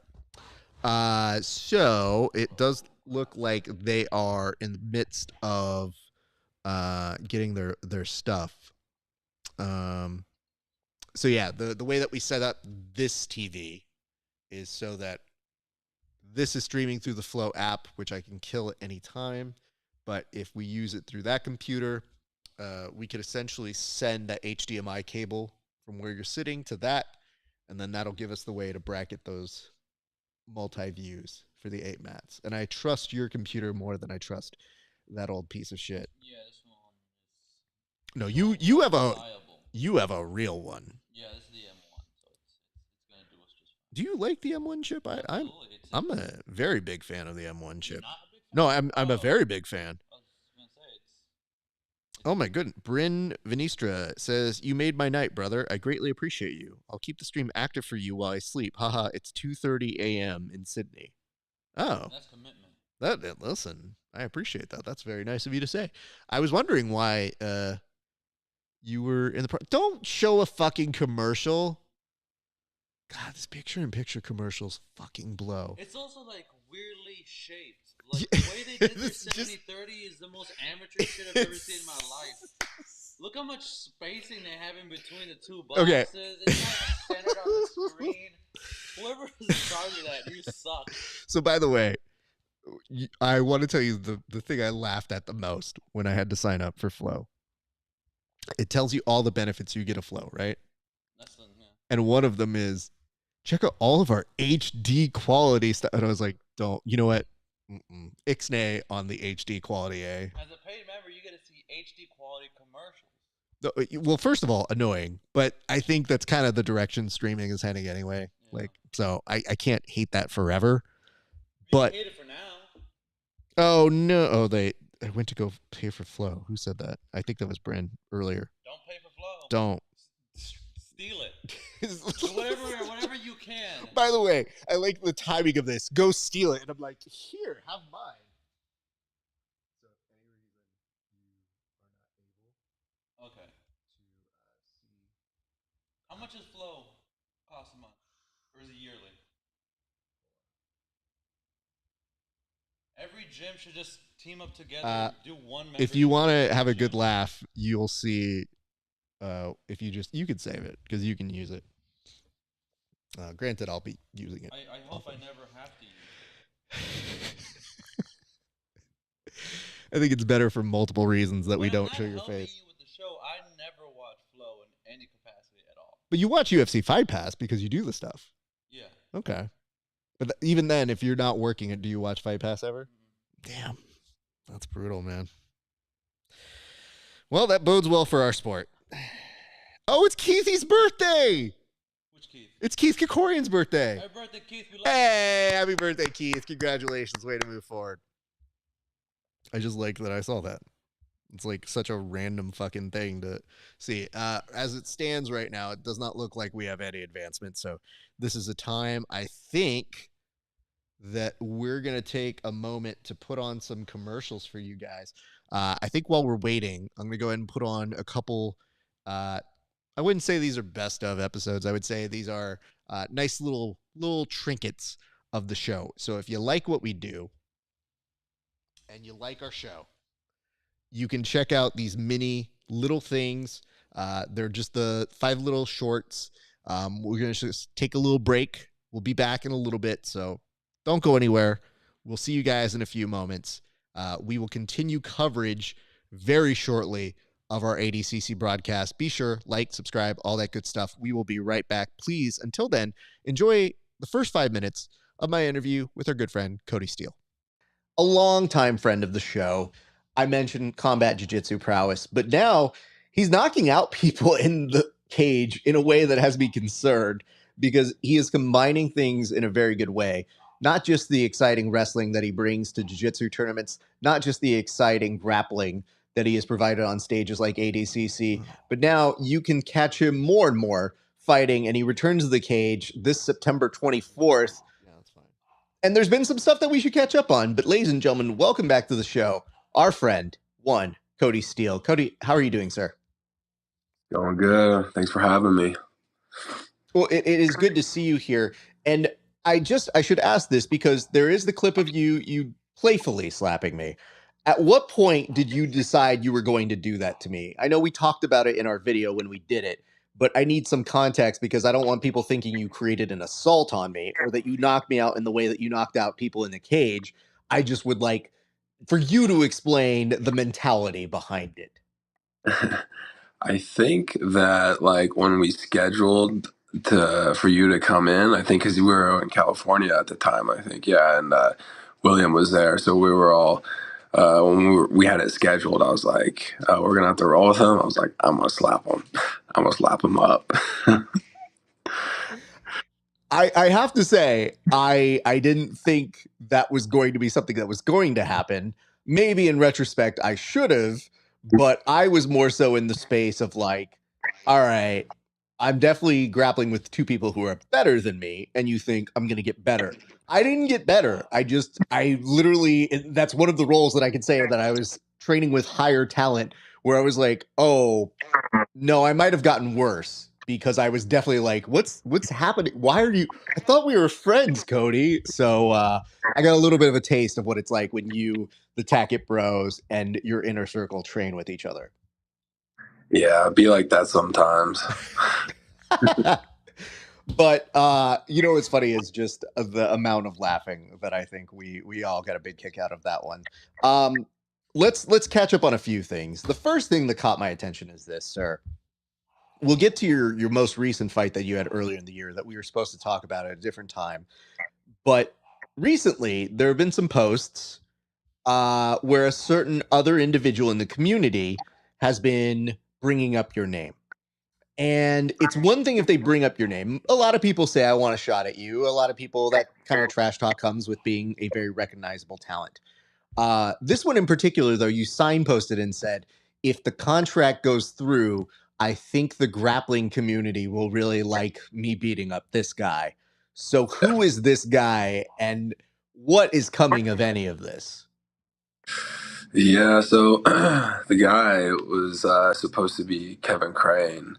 And, I don't know. Every time I'm around the community, I see this guy getting lectured, getting talked to from the refs. I think there was like a video of Mo like yelling at him, telling him, if he does this shit again, like you're not gonna be able to compete. He's just a strange guy. A lot of the people I always, have encountered with don't enjoy him very much.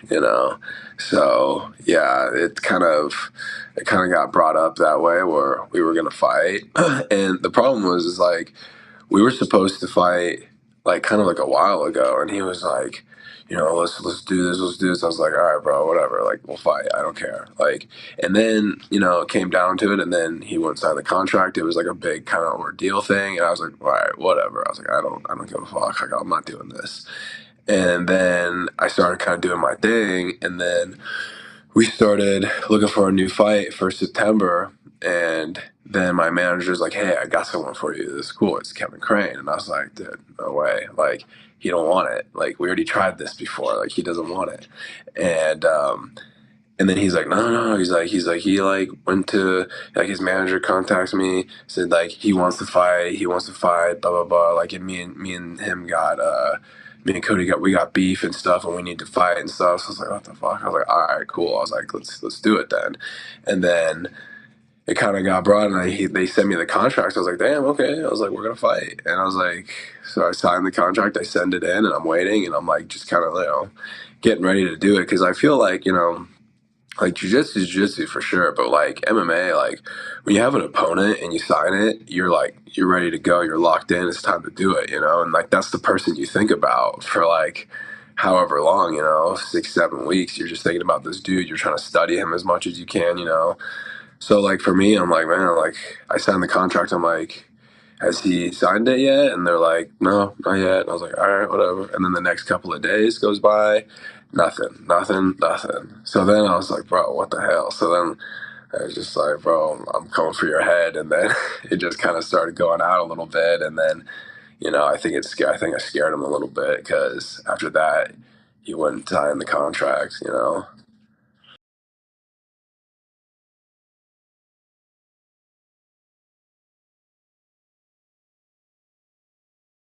My name is Rafa Sparza. Many of you know me as a friendly neighborhood BJJ podcaster, but that's not all I do in our sport. I'm a jiu-jitsu commentator, broadcaster, photographer, meme maker, analyst, writer, coach, tournament producer, and occasional athlete therapist. I know, it's weird. I've worn many hats in jiu-jitsu, but the one that I cherish the most is serving as a host. We have done some incredible things over the past 4 years on this show, but starting this Tuesday, we will roll out a brand new experience for fans of the Grappling Hour. Going forward, we will be offering 2 membership-based offerings. Tier number 1 will give our fans early access to my interviews. Tier 1 members will have the ability to see my interviews a month before they're released to the general public. And as a topical show that has a track record of being the first destination for some of the biggest names in our sport, you won't want to miss out on those. Members of this tier will also have access to audio versions of this show in the event that they don't want to see my face, which I totally get. Each month, subscribers will get to see 4-hour-long interviews. Tier 2 members will not only have early access to my interviews, but they will also get to see brand new content that will not be available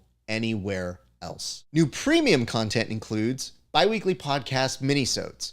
These episodes are designed for the grappling superfans who want in-depth discussions with our guests on topics ranging from greatest losses to opponents that competitors respected the most. Topics will be explored for limited runs, anywhere between 4 to 10 weeks, and will give the featured guests on each episode an opportunity to share the type of unique insight that either gets lost or overlooked in most other interviews. Drill Sessions, a monthly segment where friends and guests of the show will share short videos of the techniques and sequences they're currently drilling in their gyms. Swept under the mat, never before seen behind the scenes footage from the Grappling Hour archives, and short videos and vlogs from the coverage that I do at various MMA and grappling live events. Members will also be treated to show bloopers and occasional clips of my own training sessions. There's also going to be a live chat dedicated to members of this tier that will answer questions, ranging from just about anything you guys want to throw at me. And finally, members of this tier will also have the ability to pitch mini-sode episodes and occasionally submit questions for upcoming guests. To become a member, head on over to hi.page/grappling hour. You can also find the link for that page in the description below.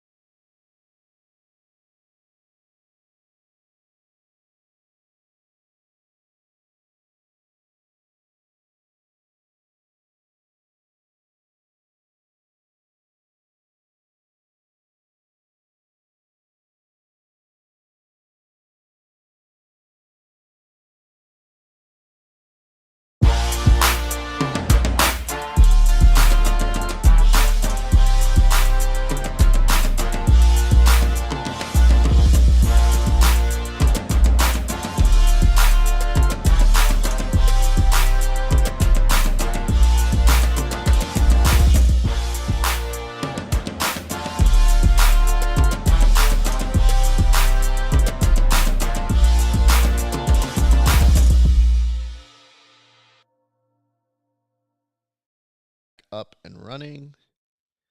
Hello, friends.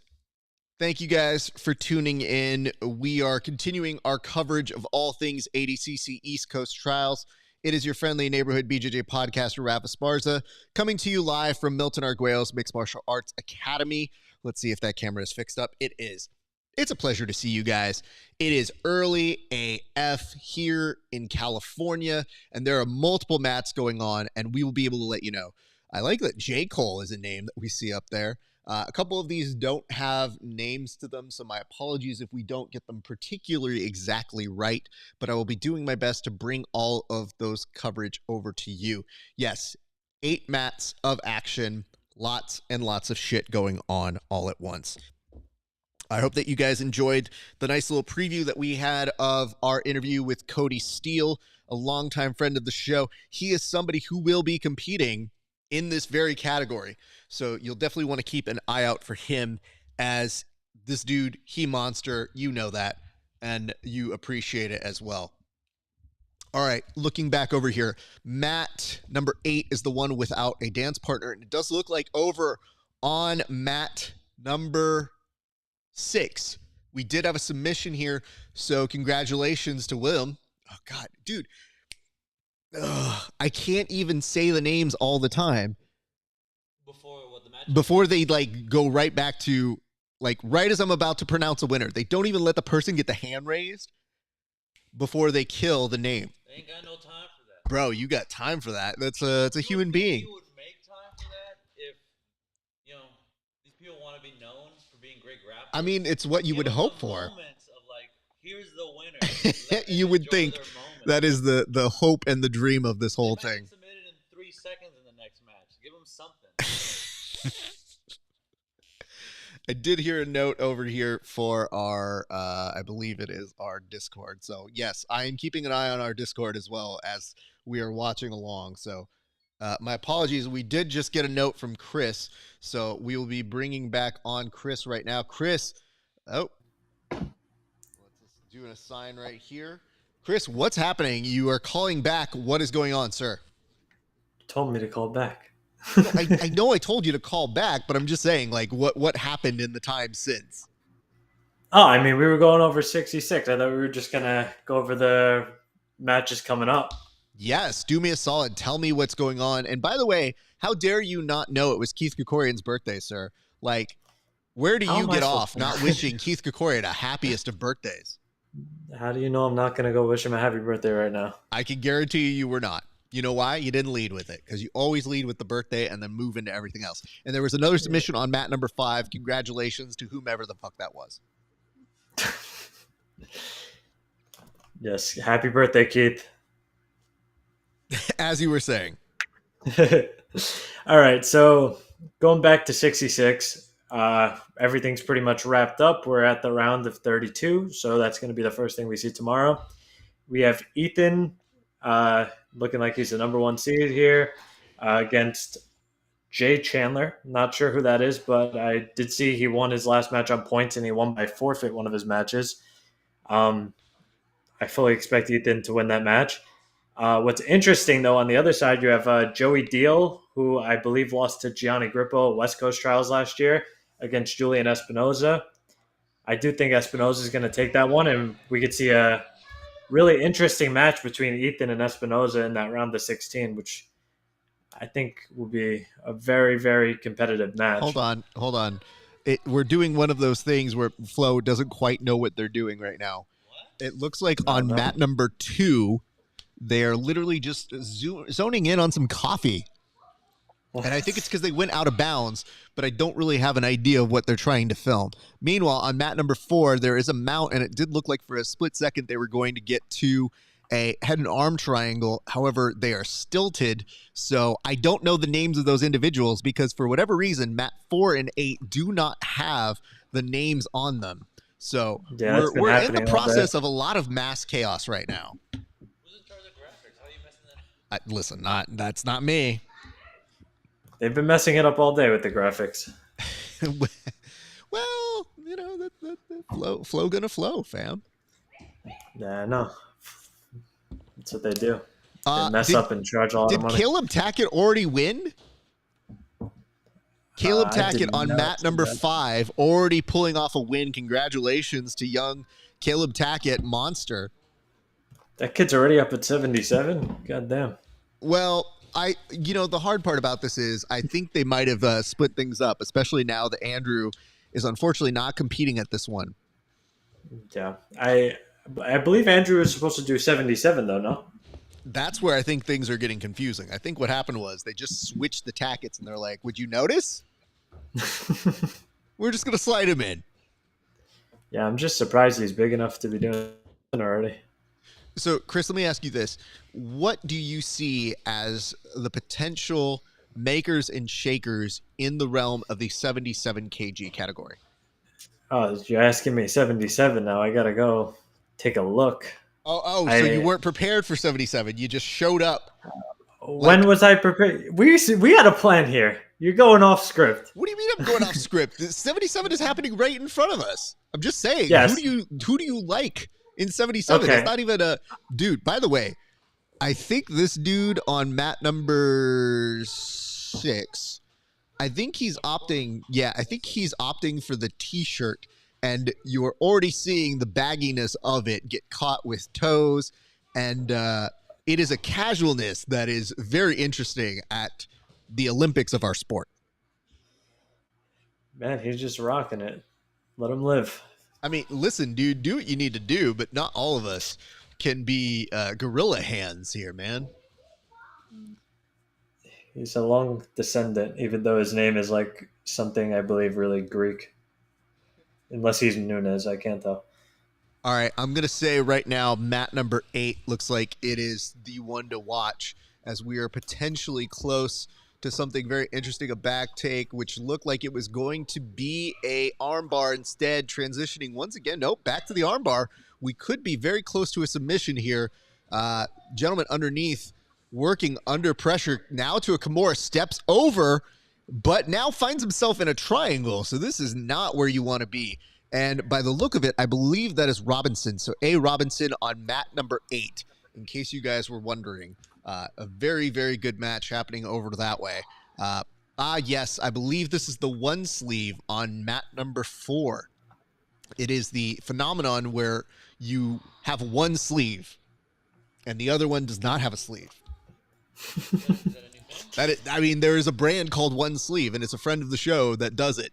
It's just, it does beg the question, why? Oh, also, Darce attempt on mat number 6. Mat number 6, in case people are interested, Darce attempt could be good, but it looks a little hesitant right there. So just so you guys have that heads up. Right now, this is the interesting part. So the majority of the people that you know as the people who are going to be the guys in this division that people are looking out for, most of them have buys. So this is the grab bag of who's going to face those guys who are all monsters in their own right. Yeah, there's a lot of really good guys looking through the bracket. So you asked me who my favorites are in the bracket. I'm going to go Nikki, of course. He's the number 1 seed. You have a couple of my old training partners and friends, Oliver Taza and Nick Ronan in there, who I really like to do well. Who else is in there? You have Pierre Leclerc, he's really good. Who else do we have in there that I like? Kieran's always dangerous. John Satava, you can never count Satava out. He's been winning ADCC trials forever. It's so weird to me because sometimes I look at somebody like Satava and I go, oh, you still have to do trials. Like, you've won this before, and damn, dude, that to me is always like, I don't know how you lead that conversation, but I can't imagine that I wouldn't be trying to pull the, do I have to do this? By the way, we're going to go ahead and give a warning over on mat number 5. Mat number 5, there is close submission there. Homeboy is definitely in submission danger in a triangle. It's a little loose, but the look on his face is enough to merit the warning over on that side. Yeah. Outside of those guys, Satava is like crazy how many times he's done trials, does really well or wins. Max Hansen's looked phenomenal lately. I think he could be a dark horse. I love Max Hansen. He was just on the show, by the way. Unfortunately, AJ Agazarm can always do pretty well in these tournaments. So another person that you're kind of like, oh, he has to do the trials, but that I feel less bad about is AJ Agazarm. Yeah, make him do the trials every time. I don't care. I think you just have to put him through a rigor of things that just basically give him all the dragon quests.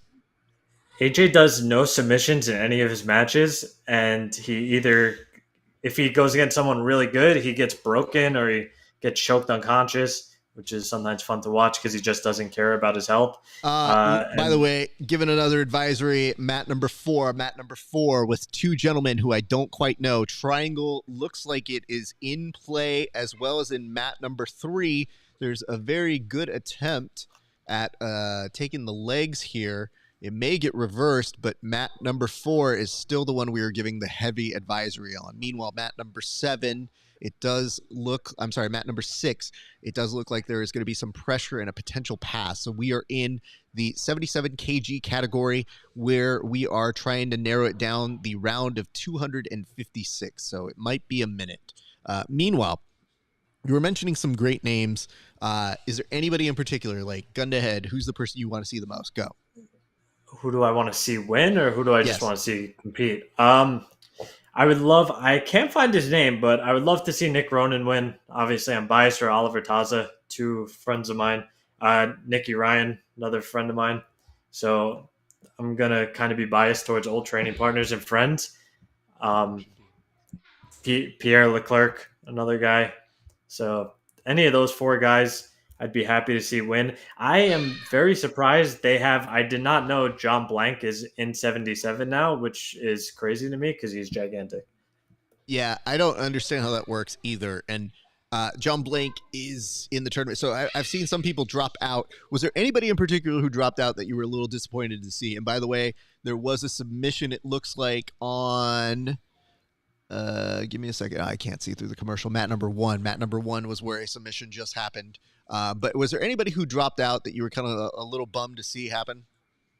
I can't find Nick Ronan's name on here, so I don't know if he did drop out. If that's the case, I am very bummed to hear that. Other than that, I don't. Who has dropped out that was a big name at 77? I honestly think that Andrew Tackett dropping out would have been Yeah. something to behold, because he's a weird X factor in the sense that you don't quite know what he's capable of right now. He could potentially go and kind of kill it all, but he could also be somebody who he's just trying to figure out his base right now. We don't know exactly where he is in his journey, but he's definitely, especially from his last performance at Who's Number One, I mean, he can give you a run for the money, at the very least a good series of matches. I mean, he put it on PJ, and PJ's one of the best guys in the world. PJ's getting an invite because he finished fourth. Yeah. Like, that says a lot. That speaks volumes. Yeah, I mean, but the other thing is PJ is kind of that assured, you see him, you know it's going to be a good match, like win or lose. So that part I do understand. It's just, I think we're getting to a point now where even the people that you think would be assured a certain kind of invite in this tournament aren't even getting them. Well, I do know Mo tends to say that if you're in the top 4, you're pretty much guaranteed an invite. So I would assume PJ's getting an invite this year. By the way, we are getting our first look at the jersey carpet that looks very, very gross. So I don't know that you could see that. That's at mat number 2. Mat number 2. I think if you look at that carpet long enough, you may actually get an STD. Oh my God. Tell me I'm wrong. You're not. I mean, they're all the same too. I think they switched the venue this year to the Harris Casino from I forget where they use typically, but oh god, it was the riverboat that they did last year, I think. The show, yeah. Showboat. Thank you. My apologies. My deepest and sincerest apologies to the good people over at the Showboat Hotel. Okay, great. Yep. Not a sponsor of the show, so not worried about that. All right. Well, Chris, let's do this. I'm going to have you keep this party going. I want you to keep an eye on 77. We're going to keep our eye on it as well. If anything jumps at you, hit us up. But I want you to have eyes and ears on it, because I think after we see some of the pawns go, business is about to pick up. And I think it's going to go very, very fast. Yeah, I'll definitely be watching a lot of those names. So when something crazy happens, I'll be back. I appreciate you, sir. We'll catch you in a little bit. Chris, thank you very much, sir. Cool. Thank you. All right. So we are in this possible. Oh, God, I hate. If you're in the multi-viewer format, you should not have commercials. No. Like, I can't see anything when it's this small. Hold on. Fuck this. They just got rid of it. They knew I was coming for them. Ugh, you're listening to this train. They, I mean, they are familiar with us, and we're going to give an advisory over on mat number 7, I believe it is. Mat number 7. Just kidding. It did look pretty interesting on that side for a split second. But yes, we were just mentioning this with Chris, but it's not going to be long before we see business pick up very, very quickly here, because we're going to see some big names happening very soon in the 77 kg category. And just so you guys are aware, the way that this is going is that they plan to do these divisions, and then they're going to kind of circle back. So what that means is you are going to see them do the following. Right now, they're doing 77 kg. The next one will be the men's 88 kg, and that is scheduled for 12:30 Best Coast time. So we're essentially with this weight division until about 12:30, and then they will get to the 88 kg. So keep in mind, I like this though. That's the way to go. If you're ever going to wait, I think that's the way you want to wait right now. Homeboy, let's find out what is it. Jay San literally just kind of sprawled out like this on the mat, like. You did the Titanic pose. He did. Oh, dude, he definitely wanted to be paid. I mean, I think I gotta look at this again. No, I still feel like some of these cameras are off. Yeah, mat 6. Do you look at that and think it's like off-centered? It's also tilted. That's what I'm saying. Like Yeah. it's tilted It's off, right? off-center, it's not level clearly because look at that. Like you got to turn your head sideways. To get it to It be does. level. The worst part is it's a still frame, but you feel like you get vertigo What are just they looking at it. doing? How do they tilt to the left and dip the other Dude, way? I have no idea. It- But it- here's the good news: they're consistent between 5 and 6 on how they're slanted. yeah, there's something wrong with those tripods. Whatever they're using to mount those cameras, It's so it's ridiculous. not good. Let's just say that. All right. Everything is back to normal on these sides. So mat 7 is empty, but the rest are all occupied. Everybody working to pass on the left side, it looks like, and on the right side, except for one. Right side, it does look like. I'm going to go ahead and do a slight advisory on mat number 5. Heel hook opportunity. Nope. Is that Estima? And he does get it. I was right on that. Bam. Credit to this guy. Mat number 5, congratulations are in order to somebody who we don't get to give their name because they took it away. You know what the best part is? The guy who got caught just did that head shake of like, man, I did not believe I just got caught. Did they even raise the guy's hand? They did. Just they shoved them off the mat. They're like, hey, man, we got a lot of people. This is the round of 256. Nobody gets to raise their hand here. Woof. Okay. For a split second, I thought that map 4 would be a little bit more interesting, but it is so. All right, I'm going to go ahead and look and see if you guys had any questions, comments, and concerns in the chat section since they are not popping up on our main broadcast for whatever reason. Don't know exactly what that is. I'll see what the live chat says. Thank you. The Daily Stack says, trying to get my Flow account open. Gosh, jeez, man. Real money. I'm trying to tell you guys all the results so that you don't have to buy it. Can you return your Flow Grappling account like it's like a code you rented for a day, you bought for a day, or you didn't take the tag off? You can just keep it back. I'm not sure. This is actually didn't fit. This is not a good fit. It's like you tried to put it back in the box. Yeah, can you just refund it? Just Like, clearly used it. Your service is terrible. I want my money back. I put an advisory on mat number 6. It does look like there is a heel hook attempt. Yeah, nope, a reversal. Right back into it. And this still, he's a little south on it, but it's possible. You know, through Christ, all things are possible. And I say, here we go. I think he did get it. I was right. Damn, dude. This is not bad. Listen, for having old eyes with these things, still pretty much on it, man. Don't those things help you see better? You think so? So I've been told so. These are not. There's no frames in here. So it's a lie. Yeah, it's a lie. Oh, this guy's a liar. I could see the whole time. Everybody knew that.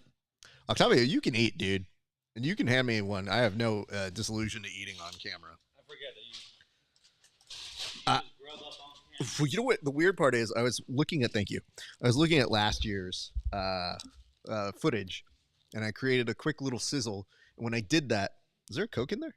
No, there's nothing else.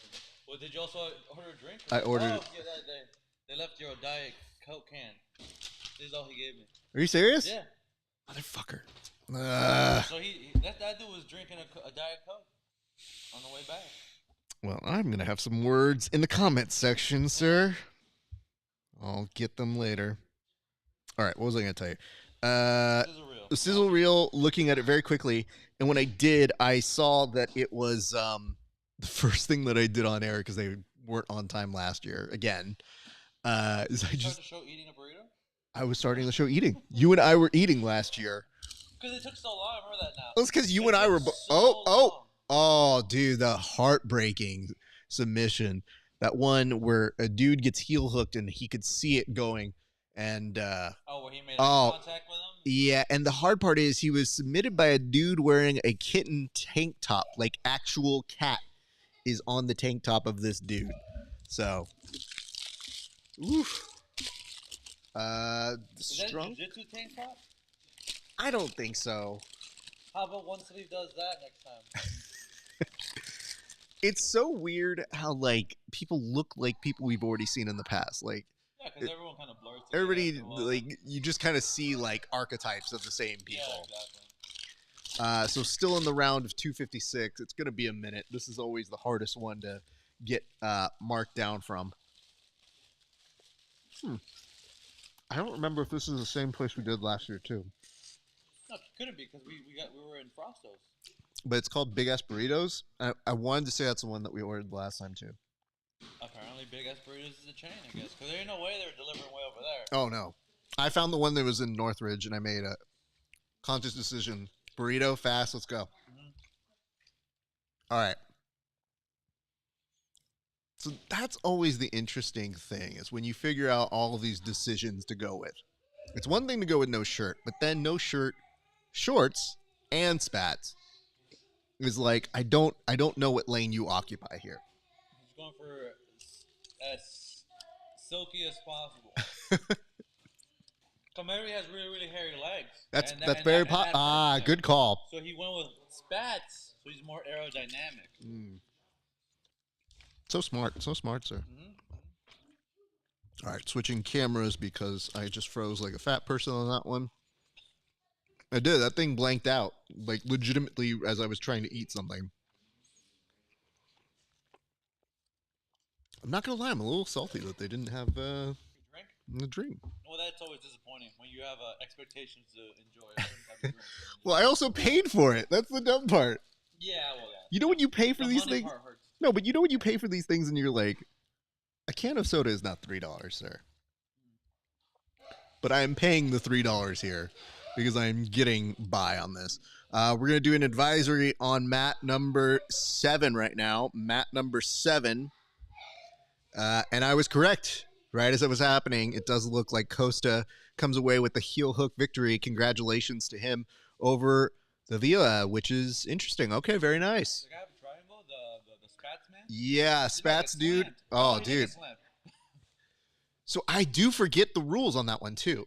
Well, he clearly slammed them, and they're like, that's cool. Oh.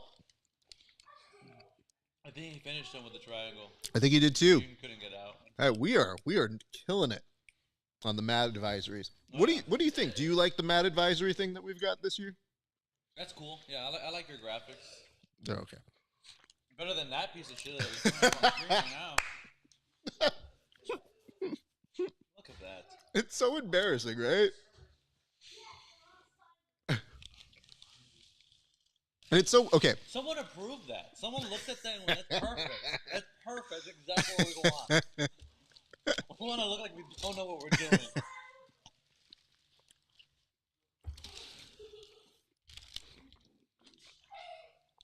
All right, coming back over this way. How's your burrito, sir?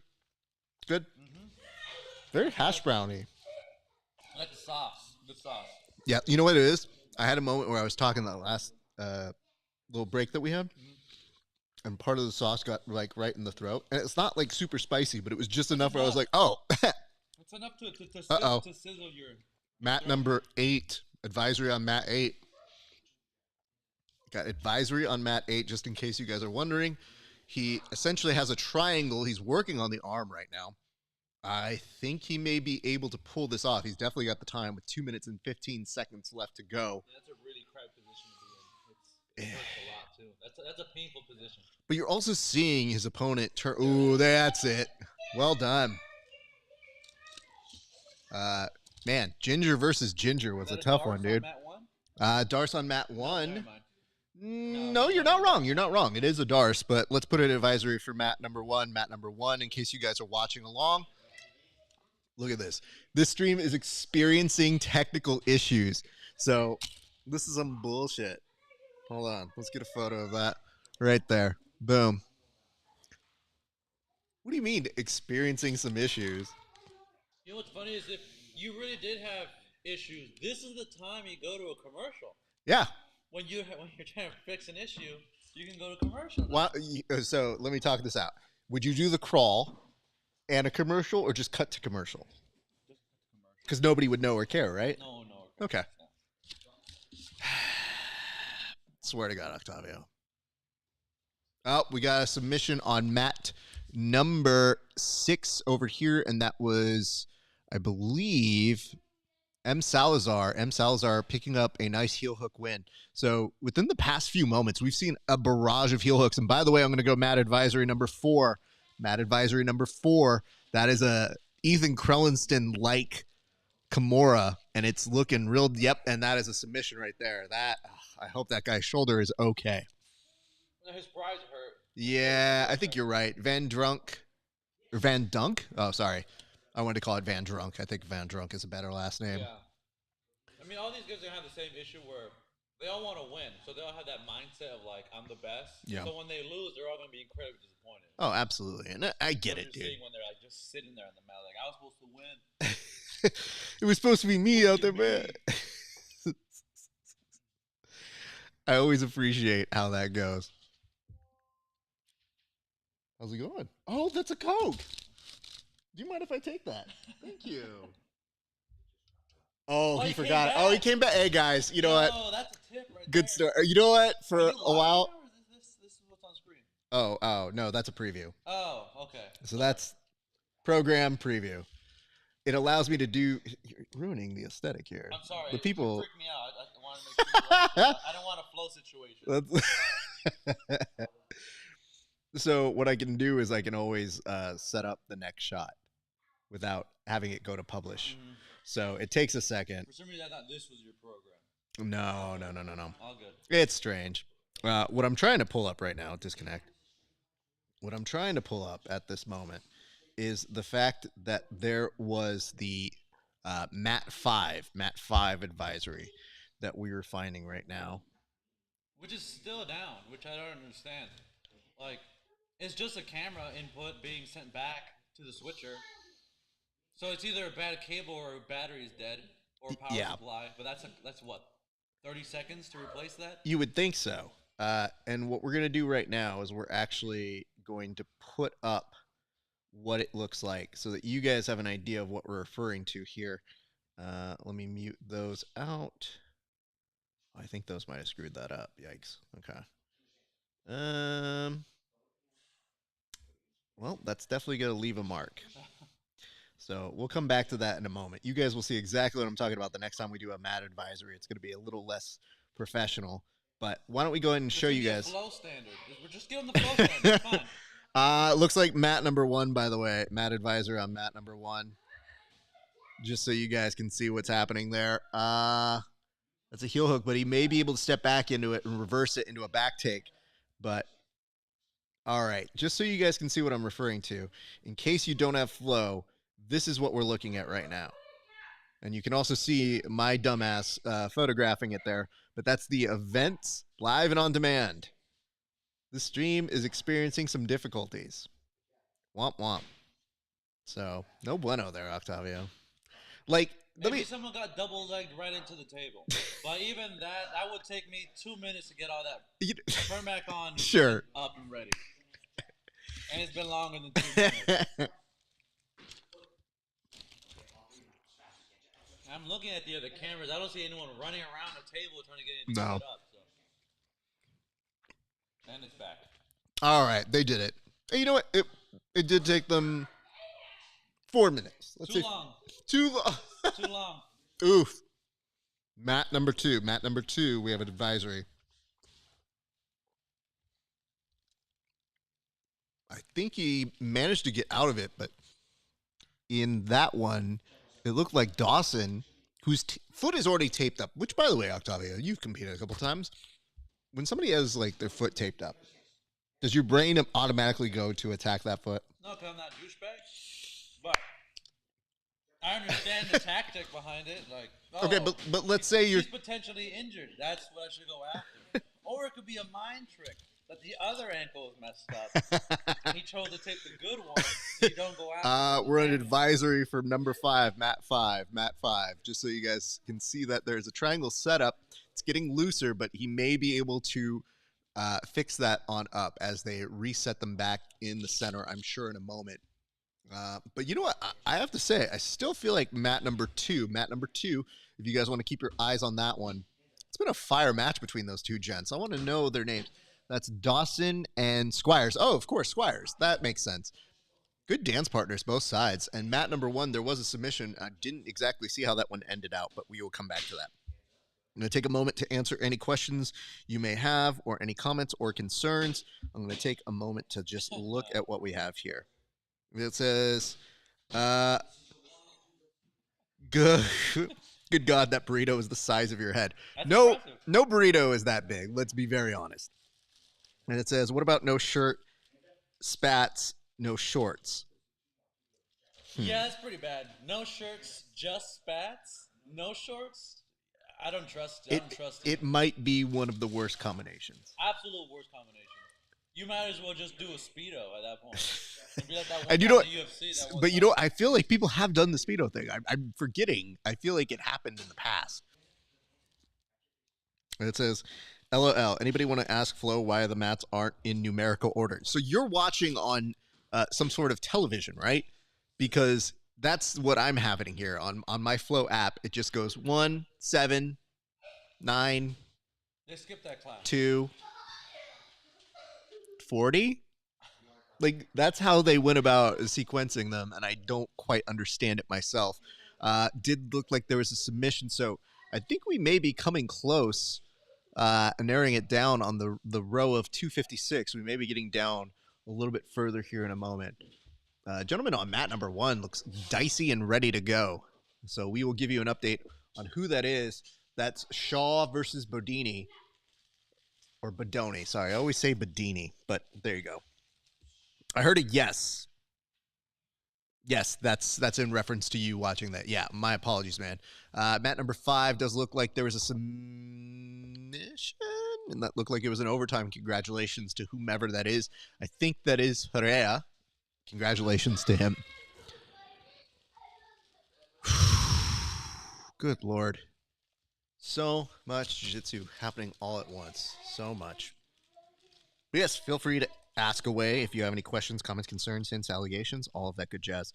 I'll be taking questions and your thoughts as you are watching this very long day of jiu-jitsu. I'm not quite sure if mat number 8 negates or necessitates a mat advisory, but we'll go ahead and bunch that one right now. That dude is prying those legs like it is a lock. Salisbury and Rodriguez, I see what that is. Okay. I think that ended up with a submission, and congratulations are in order to Salisbury, who does get the submission. Oh, and the hobble. That's the one I hate to see. Don't love seeing the hobble, but congratulations on over to Salisbury. Well done on that front. But isn't that always the case when people are just yanking on leg locks on one another? One of you's gonna walk away limping because of the pride. Like, I'm gonna get you towards this leg lock. It's dicey, man. I mean, like you mentioned earlier, there's a little bit of pride on that, but it's also like this is one of your 2 shots that you really get to. Oh yeah, at this level, you have to be willing to risk limbs and going unconscious if you want to really make it to the top. All right, Octavio, you're competing. What is the ideal apparel you go with if you're competing?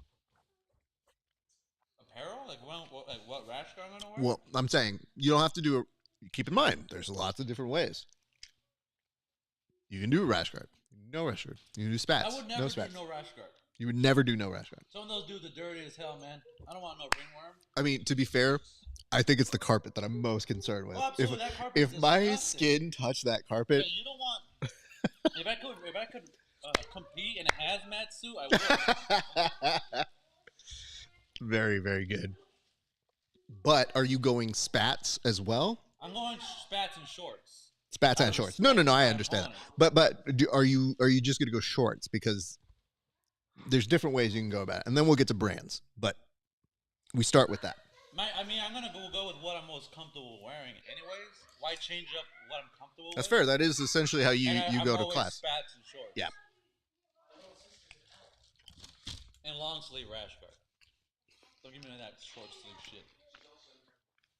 You don't want to be slick for these people, where you can just If slide I off. need to hope on I'm slippery enough to get out to win, then my jiu-jitsu wasn't really at that level, was it?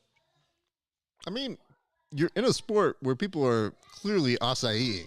Absolutely, but like example, like I've seen Keith Krikorian get out of some really bad positions, but he doesn't rely on slipperiness. He uses angles and how he turns his body to get out of it. That's fair. So you can hope the slipperiness is enough. It's so funny, again, seeing Jay Torres and it's not JT. Like, it takes me out of it every once in a while. There's a lot of Torres out there. There are definitely, but there's And like Jay? Starting with Jay? well, there's definitely like Jay. one like Jay Torres in our sport. Well, there's one really good one. See, again, this is fascinating. I think you're pointing out a trend here, which is that the no rash guard, shorts, and the spats. Mm-hmm.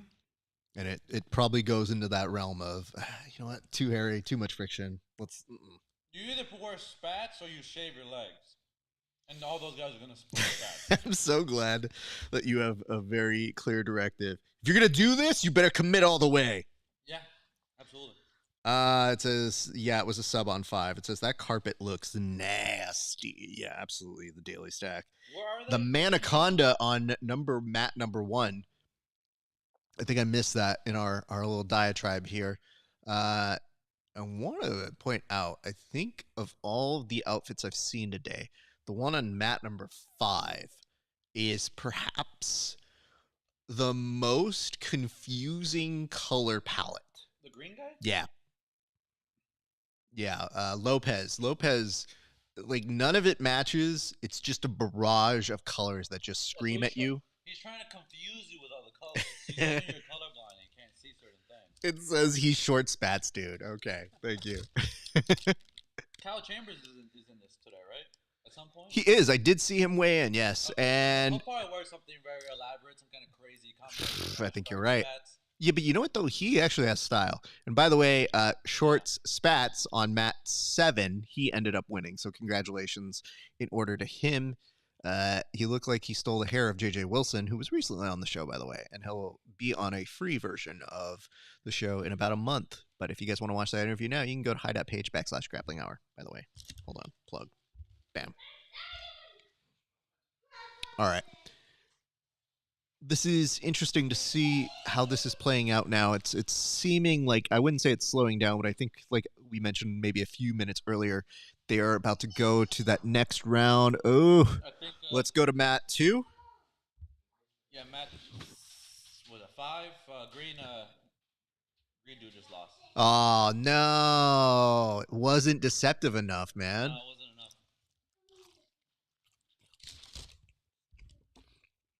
Kind of a bummer, man. Yeah, you always hope for the people with variety. Shake it up a little every now and again. It says he just dumped his bag out and just picked something. That was a PGF vet on that Matt 7 win. Thank you for that. I appreciate that. You are correct. You know, when you watch this all in fast forward, you don't get a second to really compare. You just look and you go, oh, I see this dude. And you're right. Yeah, he was on the PGF. Great call. By the way, love the folks over at PGF. Those kids, great work. And BMAC, as always. One of the best of all time. Good human being. I believe he's doing commentary this week, right? He's always doing commentary. Him and TJ DeSantis has really been killing on a commentary for a while now. It's good to see BMAC getting more gigs. Okay. Matt 5. Look how much tape is not just on one leg, but on both feet. Yeah. He's hoping the tape will keep his ankles together when he's getting heel hooked and straight ankle locks. It never is enough. The tape does nothing. The tape. The tape just does hold the bone and the skin together after it's been ripped apart. I love this tape. It does nothing. All right. Restarting this computer, and then I will be in the Discord. So, by the way, there is a Discord that if you guys want to go ahead and chat, I will be kind of keeping an eye on. We also have a Discord for the folks who are on the show. So, just so you guys know, I will be keeping eyes and ears out for that. Darce looks like it is forming over on mat number 5. We're putting an advisory on mat number 5 in case you didn't see that before. And it's looking tighter. It looks like he's probably going to be able to sprawl out. Even though that foot is trapped, that does not really alleviate too much of it. And in fact, it almost ties you in together a little bit more. Yikes. Yeah, I think this one potentially could be a wrap here, Octavio. What are you thinking? I mean, he has neon belly at that point, so I think Yeah. he's going to mount. And if you ever roll with Eric Medina, the Darce Knight, Absolutely. once he gets that Darce locked on you, good luck getting out of it, because he's just going to follow you every position you go until eventually he mounts you with it, and then you're trapped and you can't go anywhere. It says Dane over on mat 4. Daily Stack is me, by the way. Thank you. I appreciate that, Isaac. Took me a split second. All right. That mount is happening very nicely on mat. Give up on the dark. Yeah, but I mean, he's still in a dominant position. He's just like, all right, screw this. And by the way, back take over on mat number 6. Mat number 6, head and arm transition to the back. Beautiful work all around. On mat number 1, there was a submission, and it does look like that is DeJesus Magna. Yeah. I hope they spelled it Woo! last name correctly. It looked Let's like go they to mat 7, by the way. Mat 7, very interesting submission and escape right now. There's a back take over. Hello, sir. The owner, CEO, president, boss is here. Get prepared, guys, because they're going to get real loud today. There is a win over on mat number... I want to point this out. The amount that happens behind the scenes here is going to be so funny to me because I have embraced the chaos of today. I have said today will be very chaotic. And yet our allies, our friends here, will probably feel worse for me than I will feel about what's going on. You want to watch part of the TV? You're more than welcome to. All right, go ahead and chill in that chair if you want. Feel free.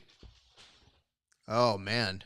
You can tell that dude on mat number 7 wanted a buggy choke, but now is instead getting ragdolled up and potentially head and armed. We're okay. Tap on number 5, mat number 5. That is going to be, I believe that is Langen. Jesus. All of these names get so tiny on this. Langen. What is the last name? Langen. Boof.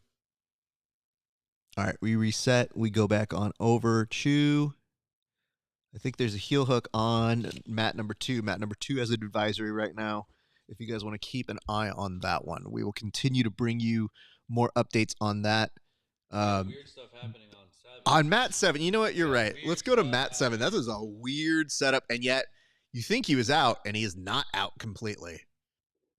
Yeah, he had like that weird. Oh my God. Back triangle for a while. Mat number 4 ended very quickly. Yeah, some of these matches are going insanely fast. It's the 256, man. Going from 256 is intense. And by the way, Homeboy on mat number 5 has chosen the power squat. Yeah. Definitely choosing the power squat to kind of power up, if you would. You hope you don't waste all your energy just powering up before the match. Yovo says you have an update on Nicky Ryan. Is he competing? I just feel like he just gets an invite, right? I don't know. At this point, I guess the answer to that is I do not. We can look into that at some point. Let me see here. Is there any way to get a multi-view on the TV version? Was the question that I just got asked over in our private chat. No, unfortunately. yeah. If you're watching on your TV, Flo hates you. Yeah, Flo, you have to do them individually. There's no way to do a multi-stream. Why? Because Flo gonna flow. Yeah. They just want your money. All right, a gentleman over here, finishers, gent, he just advanced, don't know his name. We will come back to that. And I still see 256. Yep, okay. I like that the dude on mat number 5 is talking to these guys like they're his boys who are about to go out in town. And he's like, all right, you guys be good. You guys better not. I just saw that. Oh, my God. Excellent slam down on mat number 5. We'll put an advisory on that. not coming out? There we go. Start with hot fire on that match. All right, mat number 4 is also getting underway. Mat number 6, I think, is about to happen. Close guard action, which may go into the Dead Orchard, and there is a tap. Congratulations to that gentleman. That does look like P. Barreau just got the submission, and he does the head nod. Have you ever been inclined to do the head nod after you get a submission? Head nod to who? To just everybody to like, yeah, I knew that was happening. No, that's also one of Little those moves that quasi douche. quasi douchey. Okay.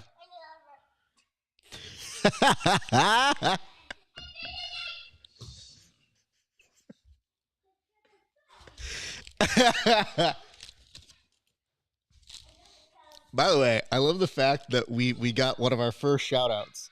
And the first shout out that we got on this show was somebody coming on to just basically pull on a rap moment. I'd be like, yo, my name is.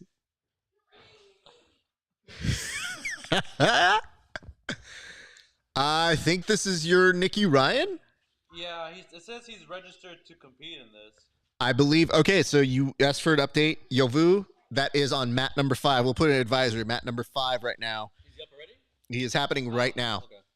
So I think we're past the everybody getting buys moment. This is now what I'll refer to from here on out as the buy-in. Oh, an immediate sit to guard. Nicky Ryan has no time for your wrestling.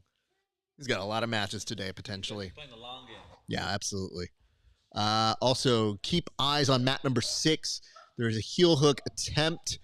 It's a little spicy, but we will keep you posted on that one right now. Yo, by the way, the person on mat number 4, like, whenever you see how yoked out they get, I'm like, what did you weigh in at, dude? The guy on top or guy on bottom? The guy on top. Because I was like, this dude looks like an 88er. All right, Nicky Ryan, I think that's a wrap. I think he's already got this foot. Even if he has like a half beat of it, he's going to come up and start passing at this point. I think Diego, friend of the show, he is on mat number, oh no. Oh, is that guy wearing a singlet? Yeah. Uh-oh. Oh, man. Uh-oh. Oh, and Chris Wojcik on mat number 7. Oh, good Lord. So many friends on the show right now. Nicky Ryan already in on a Kimura on mat number 5. Mat number 5, just to let you know. And our buddy Diego, you know, he likes to fancy himself a wrestler. And it looks like Chris Wojcik already in on a heel hook, and he's got it. Congratulations over to Chris Wojcik on mat number 4 or 5. We do have Nicky Ryan, who looks like he just gets the submission. All right, let's go on over to mat number 8, because Diego, I was saying how he fancies himself a wrestler. He got the dude who showed up in the singlet. So the first dude he's got in a singlet, he is basically, you know, you get what you pay for here, man.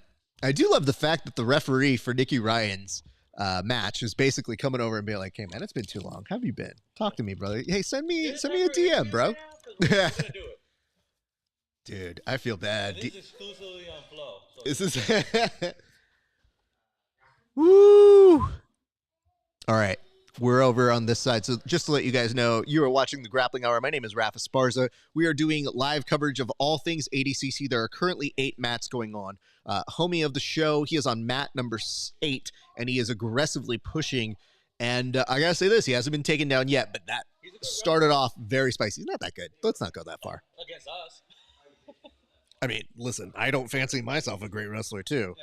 Yeah. Brita just said, just joined. Has Nicky Ryan started? He did, Brita. He just went up and he was able to get a submission. And the wrestler actually had a beautiful pull to guard. And he's in on a heel hook. Diego was in trouble, but was able to sprawl back up. We are still they are in points. So this is a big moment for both of these gentlemen. And I have to say, he does an excellent job of mixing things up. So to Kasa, I mean, he definitely mixes it up and down. And I have to say, his level changing is quite good. It is interesting, though, seeing the singlet without the shoes. Because you can wear the shoes. Can you really? You can. The problem is, if you wear the shoes, that's a much easier thing to heel hook. Yeah, you can't slip it out anymore. So I can kind of see why. It's just visually, it takes a second to get adjusted and used to. And it says, another PGF vet over on mat number 6, Ortiz. Thank you for that. You are correct. Ortiz is on mat number 6. Wagner logo. I'm just trying to make sure that we are keeping up to date on all of these brackets over this way. Yes, let's keep the action, though, on mat number 8. Mat number 8. Diego still looking pretty good. They are at 0-0 points. They could head to overtime, but there's a minute 45 left to go. Meanwhile, on mat number 6, Ortiz and Trong. Ortiz and Trong, right now, there is a mount by Ortiz who's working to take that back as he nicely locks up. Yep, and he's going to get that back take. Could potentially be in a triangle position, but he's definitely, he's already into the triangle. He needs a little bit of time to wince that arm out, and he should be basically home at this point. Yeah. Oh, no. His opponent was able to grip his arm back, but he's still in murderer's row here. That's not a great place to be. And even with 46 seconds, and he does get the tap. Congratulations to PGF Vet 1 Ortiz. And it says, just one with the tri-bar. Has Manning Leverett gone yet? And Daily Sack just answered your question and said, yes, he won. Meanwhile, we are back on over to mat number 8. It is still continuing to go on. Nice takedown on mat number 4 by the finishers gent. The guy who I thought was yoked and on roids. I believe that was Giuliano. And I think that might be enough for Giuliano, actually, to pick up the win. And it is. All right, continuing back on these different mats. We're going to continue our advisory on mat number 8. Mat number 8 is still the one to watch. That's mat 8. They've been bulldozing each other like crazy. You know, Diego said he wanted a good match, and here's the unfortunate part. He has to be very careful in this section right here. That is a potential takedown that could happen right now. Yeah. So that's a very good way for... Oh, that's a guillotine. That's tough. That's tough. No, he slipped out, but now his back is very much compromised. That could be enough for points, but I think this is going to ask the question. I think you're correct. And it may not be enough, especially with the time the ADCC requires for you to get. Yeah, that was what I was talking about, was him coming in for those points. It's all good. And you know what? Diego is going to lose by points, not by submission, but congratulations to him. And, it was a fun match, man. Not at all. Congrats on that. Like how you winning it, you could tell it's tough. All right, we got to Tackett again. Caleb Tackett is on mat number 1, so we'll put the advisory for mat number 1. Caleb Tackett, a monster. I believe he already got a submission win in like 10 seconds in his last time. It says, what did Nicky submit his opponent with? And was Oliver Taza up yet? Thanks. Brita, I don't believe Taza has gone up yet. Nicky Ryan, in his first match, he was kind of working off of a Kimura where we left off, but it could have been to an armbar, I think, toward the end. It was like a triangle armbar at the end, but it started off with the Kimura. Essentially, just by domination. We'll just leave it at that. Yeah, that's fair to say. All right, we'll look to see. We should be seeing even more people popping in and out. So stay with us again. The advisory right now is on mat number 1. Mat number 1 is where you want to be. You got Logo and Warner. Tap on mat 5, which followed by heavy clapping. Yeah, that's cool. That's clapping for yourself. Chris just said side triangle, and he gave the the Japanese name of it too. Ooh, look, we've read a book. Yeah. I thought it was called the Cuban sandwich, but apparently it's not. Cuban sandwich. You know, one of my favorite games is always playing the Real Move or 10th Planet? Real Move or 10th Planet. That's the game that we've played for years on our show. And there is a back take, so we will go ahead and move on over to mat number 7 as our advisory right now. Mat number 7 is the advisory to keep your eyes on. There is a back take with a minute 47 left to go on that side. So that's what we got going on over on that. I'm going to go ahead and double check what we have over on the Twitch side in case anybody has asked anything over there. And just so you guys know, we will stick on these streams and then we will reset in about an hour and change. About an hour and change, we'll do it all over because, you know, you got to reset it. Facebook only allowed to have like 4 hours at a time. It's a dumb thing. I don't want to get into it. But we will reset the stream in approximately an hour and I want to say 15 minutes, hour 15. So we're a little bit away and we are still keeping our advisory on mat number 7. Mat number 7 is where you want to be. Also, mat number 2, keep eyes on at the moment. Tackett is working to pass at the moment. He should be able to get this. He has a guillotine, an arm in guillotine, by the way. And most people may not be able to get it, but his opponent may be able to get this takedown. But it's right before points, so it's actually not going to count for that. Yeah, this dude, every time with this dude on mat number 5, just the way he talks to he really wants to bro out with his guys every single time. There's a camera here. Don't get in my shot. I want to be seen. You're on my mat. You're playing by my rules. Yeah, absolutely. And hey, listen, when you guys come here, you better respect one thing, me. Right? All right. There is nice back and forth. Oh, Satava's on mat number 5. We're going to change the advisory to mat number 5 with Satava, a former ADCC champion. I'm sorry, ADCC trials winner in his own right. Monster, one of the best butterfly guards and X guards in the biz. So if you guys want to see some good stuff, ooh, nice little cartwheel by Sindoni, who, yep. Oh, I thought Satava was maybe almost in that triangle, right? Spicy. We're going to look to see what other matches are going on at the moment. Those are mainly your showcase ones. However, Lugo is giving you some bang for your buck. As well, he would be if I could see what else was going on there. Shouldn't the person that's running that mat tell, hey, you're blocking the stream?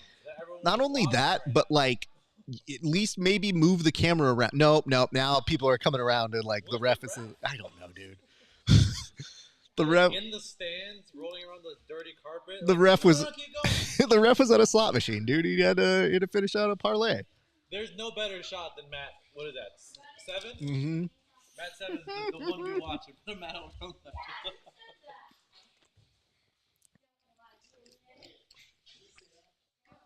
Brilliant. Worth the price of admission. Yeah, they're probably stuck in the submission or something right now, but come on. No, he's got the back take. Look at that, bare leg touching the carpet. But you know what I see? Oh, God. Oh. Ringworm, guaranteed. Every time I see that, though, I am for sure gruffed off. Hello. Hi, puppy. What's this puppy's name? Killian. Killian? What are you doing here, Killian? A.K.A. Ryan Gordon. Ryan Gordon? Is that just Gordon Ryan's name backwards? Yes, that's why we did it. So when he's here and he's chilling, what was he doing yesterday? What was his day like yesterday? He had jits at 9 a.m. Uh-huh. Then he had striking Okay. at 12. And then he did wrestling. So why is your dog training more jiu-jitsu than you? He's got more time than me. He Right. doesn't have to have a job to pay for bills or his own. Not according to your Instagram. I've seen. Matt 7 still being the greatest camera of all time. It's still. Hold on, did they put them back on the mat? I think on a no. mat? And they're just continuing the match on someone else's mat? Oh, dude, we had a finish over. We'll never know. Because they chose to reset them. I can't even figure out what match just finished because we don't have the right camera on it. We saw there was a finish, but none of these mats correspond to it. What is even happening? Oh my God. All right. We have fully erupted into chaos on these mats now. And I'm not even talking about the mats here. I'm talking about the chaos that is happening in Flow Grappling world. The Daily Stack says, I'm calling it the Cuban sandwich from now on. As he should. As he should, indeed. All right. We have a winner on mat number 4. That is Toscino. Oh, they raised the wrong guy's hand. Oh, no. No. That makes me so sad. And I moment where they raise your hand and go, oh, sorry, wrong guy. Well, speaking of which, I'm not sure here. I think Satava might have just won. And his opponent does not look okay. So I think he might have taken an injury here. What, on mat 7? That's on mat 5. Yeah, the guy on mat 7 never came back.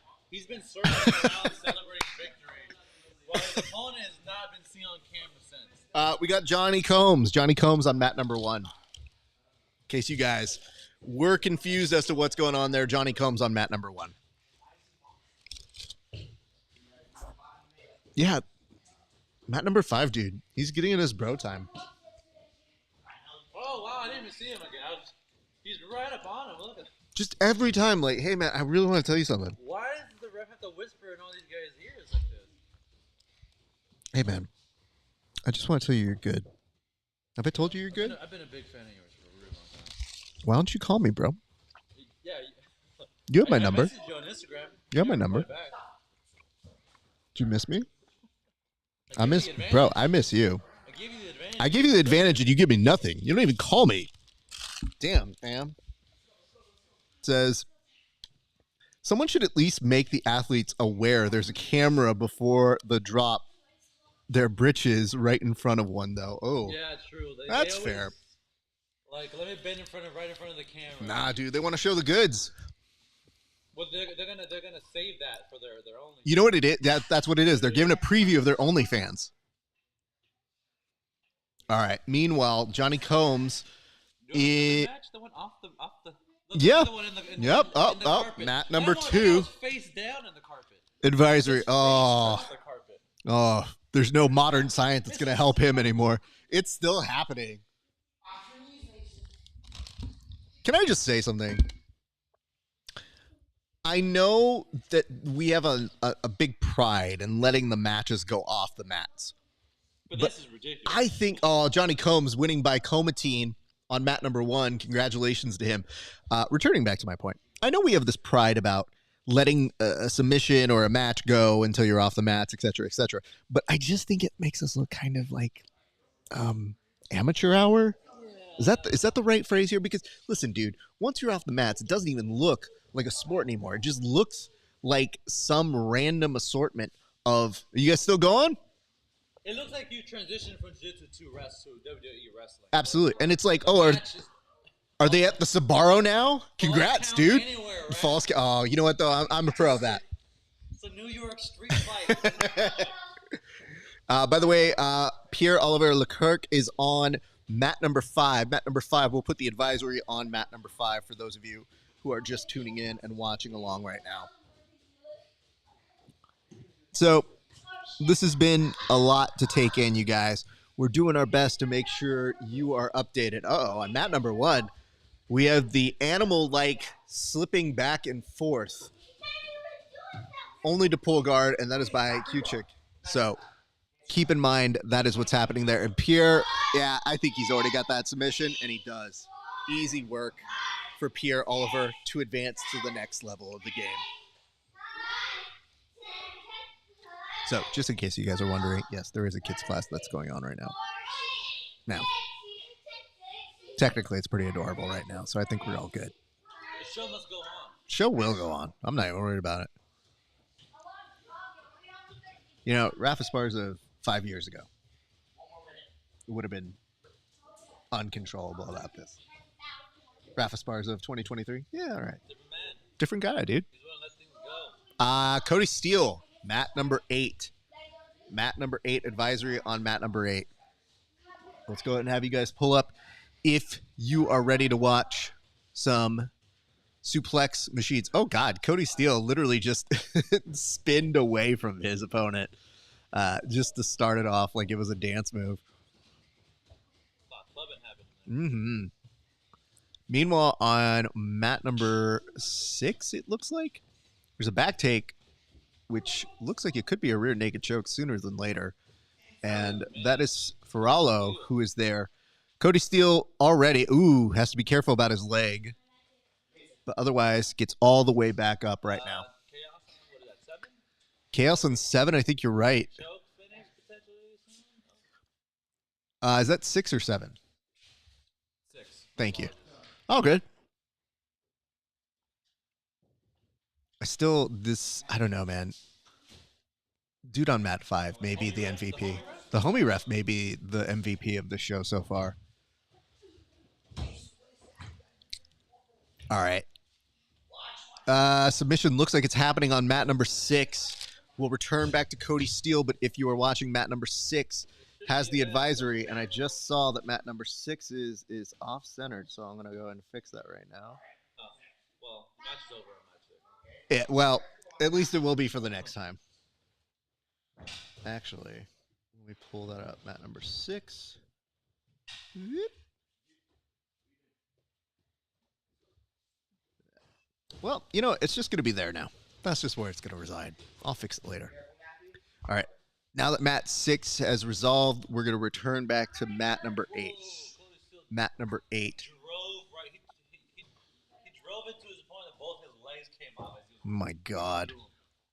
I know I was saying this earlier, but he's always money to watch. Mat number 5 also looks like it might be one to watch. Barrage and Thomas, they're having an interesting little back and forth thus far in. But yes, all eyes are likely on the Cody Steele-Abney match. Yeah. Cody Steele-Abney. 4 minutes left to go in that match. And Cody Steele very much showing us why the world seems to have eyes on. Oh, German suplex onto the Jersey floor. Yeah, when he explodes. And Oh, my God. He's not going to stop till he gets a takedown, I guess. But I'll be honest with you. I think I'd take the CTE of getting hit on the Jersey carpet rather than actually living on the Jersey carpet. I think that's the grosser part of this. They go one, hand in hand, that one. Good Lord. They just do not want to stop any of the action No. in any of these matches because now no one can see anything that's on mat 8. No. For all you know, it's over. For all you know, it's a submission. Oh, Cody is screaming at us, so maybe it did finish. It is. It over. did. It was over. We'll Cool. never know what happened. You know, this is where you have to give credit to the WWE because at least when they go into the crowd, they follow the action. Here, Yeah. No. That's the problem with just having stationary cameras on tripods. Look at Matt. What is that? 7? How angled it is? Mm. What's You're so far away from the action, and it's like tilted. I guess Matt 7 lost their camera operator. He ain't there no more. I feel like anytime you watch mat number 7, you're just, whoa! I wish there was a way I could reformat this so that I could be tilted like them. Mat number 5, we could be in on a submission here. We'll keep you updated on the advisory on that one. Mat number 7, there is a heel hook, and in transition, did not look great. No, yeah, He spins looked it like out. he was in pain for a second He there. definitely screamed out a little bit. All right. Fukaj on mat number 1 and Tagnisi. That's happening over there. Whoa. Is that Ben Eddy? The camera. Was that Ben Eddy? No, that was not Ben Eddy. It's fake Ben Eddy. He had long hair, but that was it. He What's didn't that? have the mustache. You're right. You need the mustache. I just want to make sure. Because you could have Walmart Ben Eddy. Daily Sack is right. It would be better than a bunch of gimbal guys. They need to hire Blaster I mean, or something. You Let's need get- one guy on wireless to run around and get these guys when they run off the mat. let's give some respect where respect is due. The good folks over at the PGF definitely are some of the innovators of that handheld technology that we've seen, and I love those guys. They're there, and I've seen them work and fix things on the fly. So it would be good to have them doing it. The problem is, I think the reason they do these cameras is so that they can have the clips up very soon. So I don't know that putting any more pressure on it makes it. Well, let's put it this way: they already screw up as is. The Yeah, camera's yeah. stationary; they still go down. Yeah, yeah. And when they go down, they're just like, nah, we give up. Yeah, and all their stuff is probably hardline, so they can't really move the cameras as easy. But No. you would think a company like Flow that has so much money, They have- from all the subscriptions, Well, and they all got- the wonderful prices they give their We got their 150 of my fans, they could bucks. afford one gimbal camera. I should finish this burrito, but we've had a few matches kind of back to back to back that have been fairly important. Yeah. Back take on mat number 5 in case we didn't have the advisory on that. With a minute left to go, we could be in on a submission. Mat number 7 ended very quickly. Are they? I like how Matt was at 5'6". They're stuffing paper towels into the gap of Can't. the mats. Can't. they're just stuffing paper towels into it. Look at him. He's rolling Yeah. a bunch of paper towels. Yep. He's gonna lift the Huh. tape between where the mats are touching. Huh? And he's gonna stuff it with paper towels because everyone knows paper towels are the same as mats. Nope, they've got free floaters with cameras. There's a way to do it. I think you're right. They're literally stuffing paper towels into the creases. God damn it. There's not even a stage. You tell me you couldn't tape the mats down properly? No. They do have the free floaters. I think the idea is the strain it would put on them. I think the idea is these do not look like the setups that are there. Let's put it this way. A few years ago for the West Coast trials, one of the reasons they ran late is because they didn't have a cable for wireless. So like they didn't have an Ethernet cable to make it so that there was one central camera. And they didn't know, but they were right close to like not even a Best Buy, a Fry's, which was an electronic store they could have used to offset the difference, but they did not. Granted, Because it's Fry's, genius. So you walk into Fry's and you're like, I need this cable. And they go, hopefully you find that. Good luck with that, sir. Well, especially as they're And going it's out of like in the business. candy aisle for some reason. Like, why is this cable in the wrong place? I just love the fact that Fry's, especially when they were going out of business, just goes, I don't know, man. I'll be honest with you. Somewhere, or we're out of stock. Who knows? By the way, Matt number 8 has been kind of interesting between Ramos and Fries. So I wouldn't put it an advisory on that just yet. But that has been interesting to see thus far in. At least the person on Mat 2 knows they're on camera and has been playing it as well. My mind's still blown what's happening on camera 7. The There's a team of tilt. 3 people just ripping up paper. This is their solution. All right, we're going to be on mat number 5 pretty soon. Mat number 5 about to go up. And mat number 8, still a good back and forth between those two gents.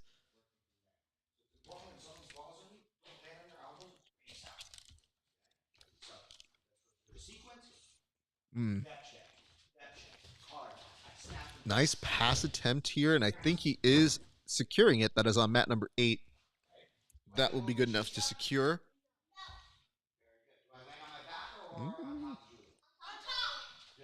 Very sweet. All right. Nice underhook here. That could be a good half guard escape. He has to be very careful about that stretch. That stretch can definitely be debilitating. So.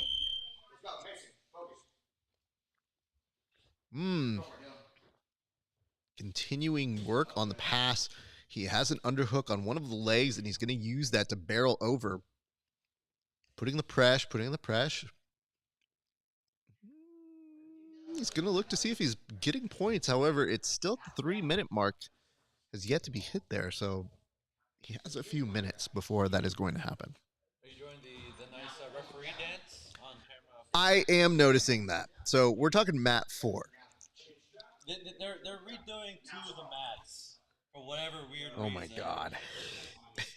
And instead of removing the tape Mm-hmm. and pushing the mat tighter Yeah. and then retaping, they lifted the tape, stuffed a bunch of paper towels, and then they're retaping above that. That seems like a smart thing to do. Yeah. It's absolutely, it's the height of knowledge right there. It's Olympics of our sport, the people. Olympics of our sport. Olympics of our sport. You know, do you ever have those moments where you see things that happen in jiu-jitsu and you go, we don't deserve to be a real thing?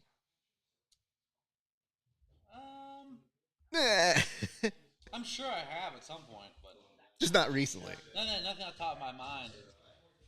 It's good to know. All right. It looks like they are going to have a winner on mat number 7. Congratulations are on over to that dude. I forgot his name. Already wiped out.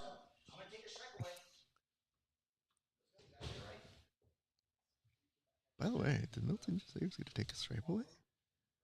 Yeah, well, I think that's the best way to teach. It's just removing something of theirs. Fantastic. A+ all around. That'll motivate me.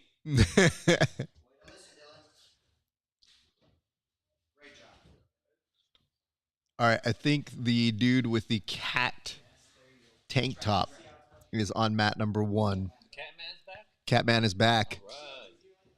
And on mat number 8, there was an attempt that was stifled. So keep an eye on that. Oh, every time I watch these matches, I always think like, dude, what if you just get blindsided by somebody who like bum rushes a certain thing?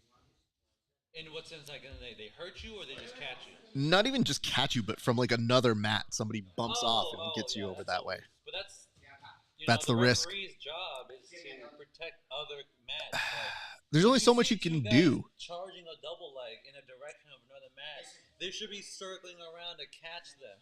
So they'd be like, oh, they're gonna go right into that table. That's fun. All right, Grant and Herrera on mat number 5. No advisories just yet. We will keep you posted on which ones look closest to a submission. From this perspective, the closest I'm seeing right now is potentially mat 6. And he did get the tap on that. All right, we were a hair short on it, but we did see things were coming. Congratulations to what I believe is Wilhan. Wilhan is picking that one up. We have a finish on mat number 7, who's wearing the American Jiu-Jitsu. Congratulations to him. And winner on 1. Catman. Catman won. Woo! Yo. Okay. This might be good enough. So we were talking about this earlier, and I didn't get an answer from Chris all the way through, but I do want some clarity on that inside triangle. Not the one on the body, but the one on the inside, that quarter triangle. We do have a winner on mat number 2 as well. Nope, already took away the name. Nobody cares. All right, okay. It's always hard to give people these props whenever you get a second, and we do have a... no, I don't think that was a submission finish. It was just a points and time. And that is congratulations to Ramos, who is bouncing and very energetic. Congrats to him on that. Woo! A very, very lively beginning to our day thus far in. Is that AJ Agazarm on mat number 7? Get excited for something. Because he's... I don't know. Do you think we're going to see a submission? From who? From AJ? Mm-hmm. I mean, it depends on this guy. I mean, did they give him someone easy or something? I don't know. Did they like, ask AJ, we want to see him get further in the tournament. Like you asking, like, I don't know, is this full easy? Yeah. I mean, AJ's been in the game for a long time, so yes. He should. You would think by now. There is a back take on mat number 5. Let's go advisory on mat 5. And also potential saddle finish on mat number 6. There's a hug here. Yeah, let's go with mat 6 for a moment. We got something on 3 as well. I'm seeing what you're talking about, and I do agree with you. However, we just missed mat 4. Woo! Woo! I did not see that one, but I saw the end of it, and that is Max Hansen. Congratulations, friend of the show. Wow. Love to see that. Love to see friends of the show getting their due. All right, let's go ahead and put on right now a nice reminder for those of you guys watching right now. My name is Rafa Sparza. You are watching the Grappling Hour. We are doing our coverage for the ADCC trials. And you got Bering on mat number 1. You've got AJ Agazarm on mat number 7. And you have multiple... Oh, you've got Koshal on mat number 8 as well. So... He's going for a boogie choke? Yeah, I think so. I think he's close. Let's put an advisor on mat number 8. Mat number 8, in case you were not there, there's a potential buggy choke, but I think it may have gotten switched. Yeah. I think it's just to a triangle at this point. And looking to see what other matches we have over on this side. Zimmerman. We have a 10P for L on mat number 3. We'll find out exactly who that is. 5 is close to a finish? I think you're right. Mat number 5 is looking pretty close. Advisory goes on that, but I think they're so slippery at this point. He may not actually get it. Look, if he was about to, yeah. Try to pick him up, but he composed himself real nice. Yeah.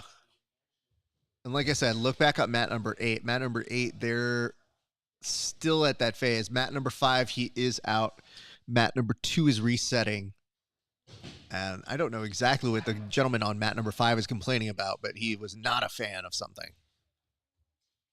And instead of that buggy choke, now we're just at a pass where he's going to try and shoot it up one more time. And I think Homeboy is all the wiser at this point. All right, they're going to reset them back in the center of the mats, 351. Yeah, I guess they are. Doing the green looks tiny compared to Oh, absolutely. Maybe he's just coming in a little light, though. Yeah, it must be like the bottom of the weight class. And the guy's the top end of the weight class. Yeah. Good Lord. What a day. Okay. In case you guys have any questions, comments, concerns, hints, allegations, hit us up in the comment section.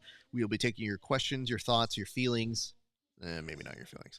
But we'll be taking a lot of what you guys got to put out there. We need to fix the iris on mat 7. Yeah, So much darker than all the other mats. I agree. 6. 6, you're right. Yeah. But I agree with you wholeheartedly. I think it's very hard to stomach without wanting to go. Like, I think you have the same thing that I do, which is like when you see that happening, you just want to go fix it. Yeah, yeah. Like you want to just get up and be like, "Can you move? I'll take care of this." And it's just like a quick couple clicks of a button. Oh yeah. Realistically speaking, whoever's is in charge of the, calling cameras, all that kind of stuff for the broadcast should have said, "Hey, that camera's too dark. Someone run over there and adjust it." Do you think there's the same camera though? Same cameras, like all Yeah, around. like all of them. Logically, it should. It would make the most sense, so they all look exactly the same. But I don't know with Flow. Who knows? It's probably just a mixed match of different cameras. Everybody bring your own. Yeah, bring your own camera, bring your own power supply. Alright, we're going to the carpet again. All right, so just to remind everybody, in approximately 40 minutes, we are going to reset, take a short intermission to get our setup reconfigured for the next series. So in about 40 minutes, we're just going to take a short break, but we're going to come right back. We just want to give you guys a heads up. We usually reset them at the 4-hour mark because reasons. And AJ... A lot of cables there on mat 8. That's a trip hazard. So much... Oh my God. That's so much loose cable. They didn't even try to tape it down or anything. It's not even secure.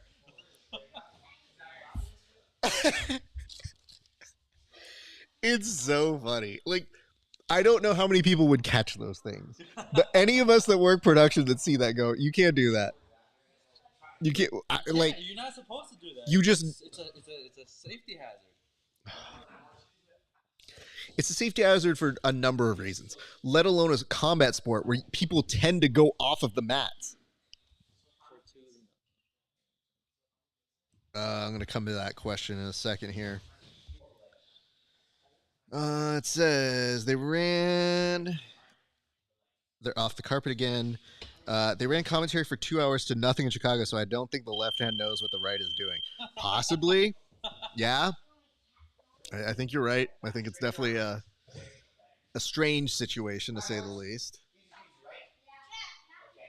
I'm going to say hello to Bryn. Question of the day. Look at that, Bryn. Bryn was answering a question that I asked 2 days ago. Beautiful. We appreciate you. I know you're probably asleep at this point, but thank you so much. All right, mat number 4. That's going to be good enough to probably advance from that mount position. And we will see them continue on in that way. I think it's minute 20 unless he gets out. We are closing in on that. I think he was almost going to go to the rape choke moment here. I'm trying to see if we have any notable friends competing that are homies to us. I do not see a name at the moment, so we do have a short reprieve, but get to know some of these new folks, by the way. Coachel, good. Yeah, I think that Matt 4 with that mount point, that should be a wrap. If he's able to just maintain that position, they should be pretty good. No advisories just yet, folks, but we will keep you posted on if we see one coming in right now. Nick Noel, though, on mat number 2. Mat number 2. And it looks like a points victory on Matt 8. I think you are correct. So, Kochel yeah. or Kochel. I don't really know. I've seen him compete before. I don't know how to say his name. I know I'm in the vicinity of being right. So those gents are happening. Oh, God. Yeah, somebody tell this poor kid he's on camera. Everyone can see you. Yeah, bro. That's what a good team should do. Slowly just turned it to the right for a little bit. Not even fully. Just does not show his face. Just right here, there's the kid's like, and the camera's like, you know what? Oh, God, it just froze on me off of that, too, by the way. I like that it'll switch right before I have the chance to fix anything.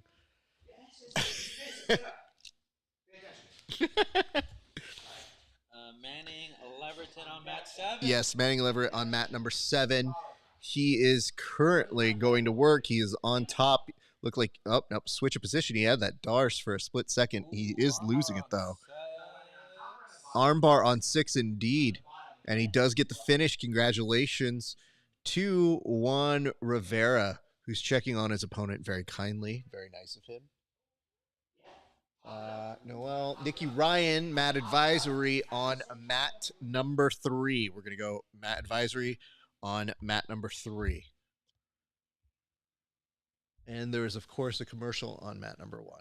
Nikki Ryan, he was thinking about, I think, yeah, he's at the back take at this point.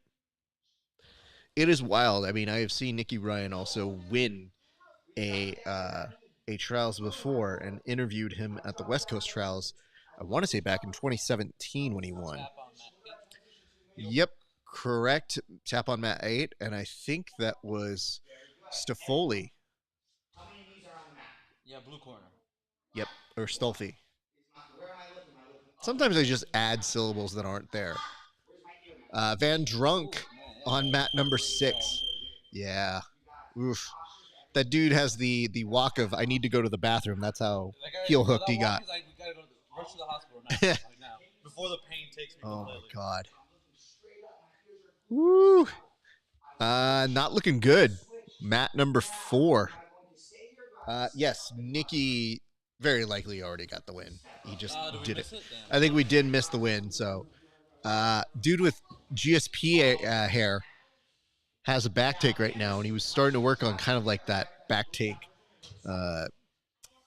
crossface chicken wing.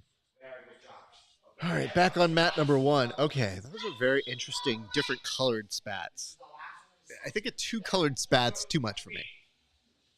Oh, what mat? Mat number 1. Oh.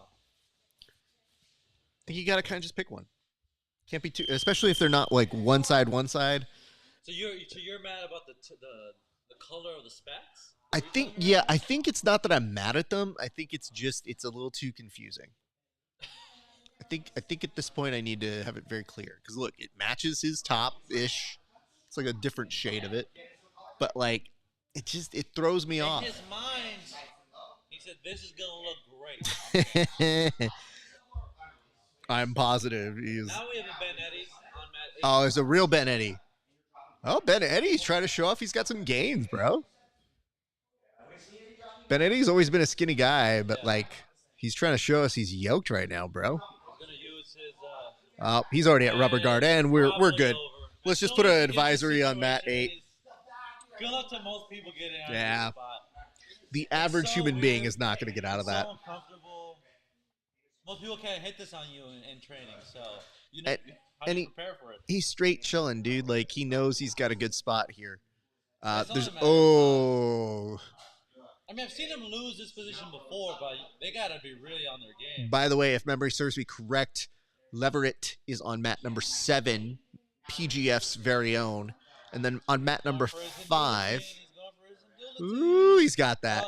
Oh, he didn't quite have it, but I mean, I think he's got enough time to fix it up for himself on that side. I'm going to look on over. Noel is still going on. Oh, that ref is doing a good job double checking on him right now. Yeah, that doesn't look fun. Oh, the last desperation is trying to set the up. slams on them. I mean, he could protect. Ooh, oh. Wow. I give him credit. To the jersey carpet. There we go. He tried 2 slams. I don't think you have a third slam. You don't just hang out there with Ben Eddy. I think you're right. I think you don't really get a third. Pierre Leclerc is on mat number 5. Or no, I'm sorry. Mat number 3. Sorry, wrong advisory. Mat number 3 for Pierre Leclerc. And Van Drunk is there. Don't worry. Cameraman's in front of mat number 5. Cameraman with a wireless camera. You mean it is possible? They have the technology? What? Maybe it's just getting more into like Flo's just lazy. Well, Like, there's an ADCC guy, so yeah, that's different. no. They're filming a handheld so that they can put it on their social media, I'm sure. Jonathan Blank is on mat number 5. Mat number 5 advisory. Keep your eyes out for that. And there was a submission on mat number 4, and that is by Snuck. So congratulations are in order to him. Dude, this dude is all up on this other guy on mat number 5 again. Mat number 5 ref is the homie ref. He's I like how he puts his hand on their chest so he can really get the point across.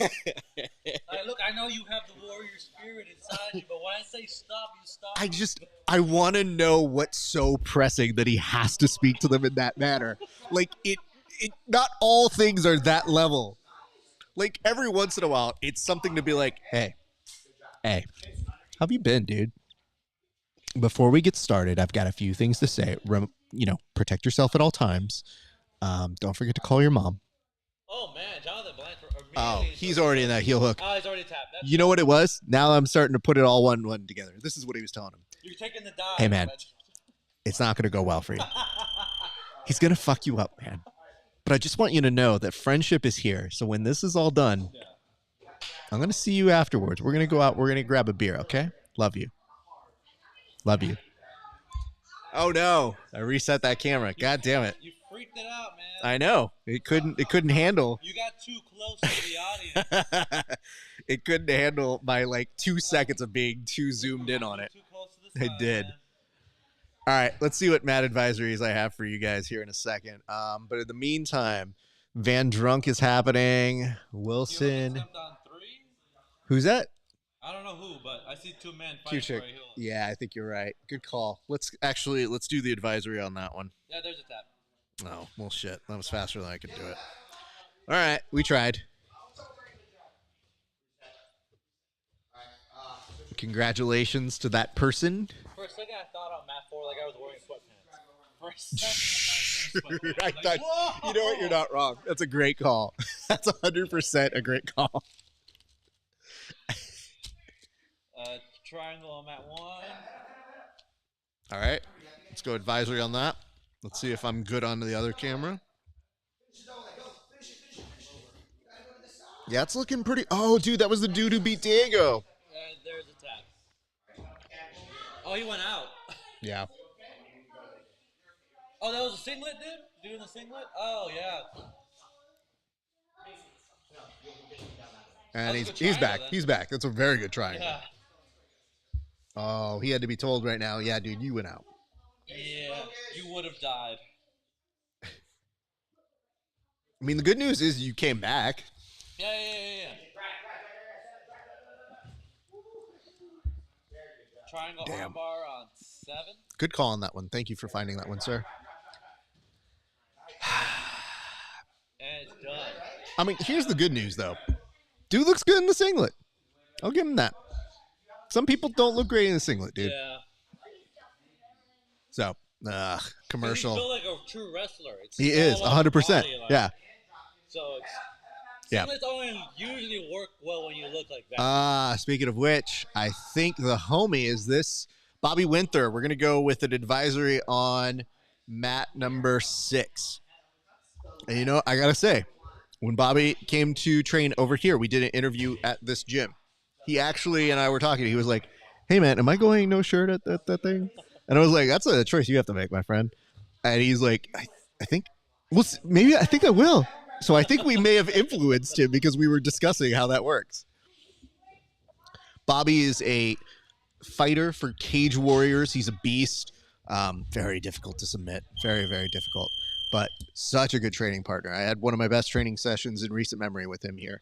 So definitely going to be rooting for him. And his pressure, dude, like this dude's chin does not feel good. I will tell you, it is not fun to be in that position. I honestly And hate there's already a piss. Those grapplers the most. Not I hate them. Yeah. Just I know that when I'm rolling with them, I'm gonna feel pain that I don't feel like feeling. So there was one moment though. He's pretty good at getting rear naked chokes, right? Yeah. On you have no neck. So it took him like 40 minutes to get a rear naked choke. Because you have no neck. And when he did, it's the first time I've seen somebody do this in a while where they just go, oh, thank God. And I was looking at him, I was like, I should not be a barometer, dude. He's like, no, it was really hard to get that on you. And I go, all right, cool. I think he's setting up this Darce and it's looking pretty spicy.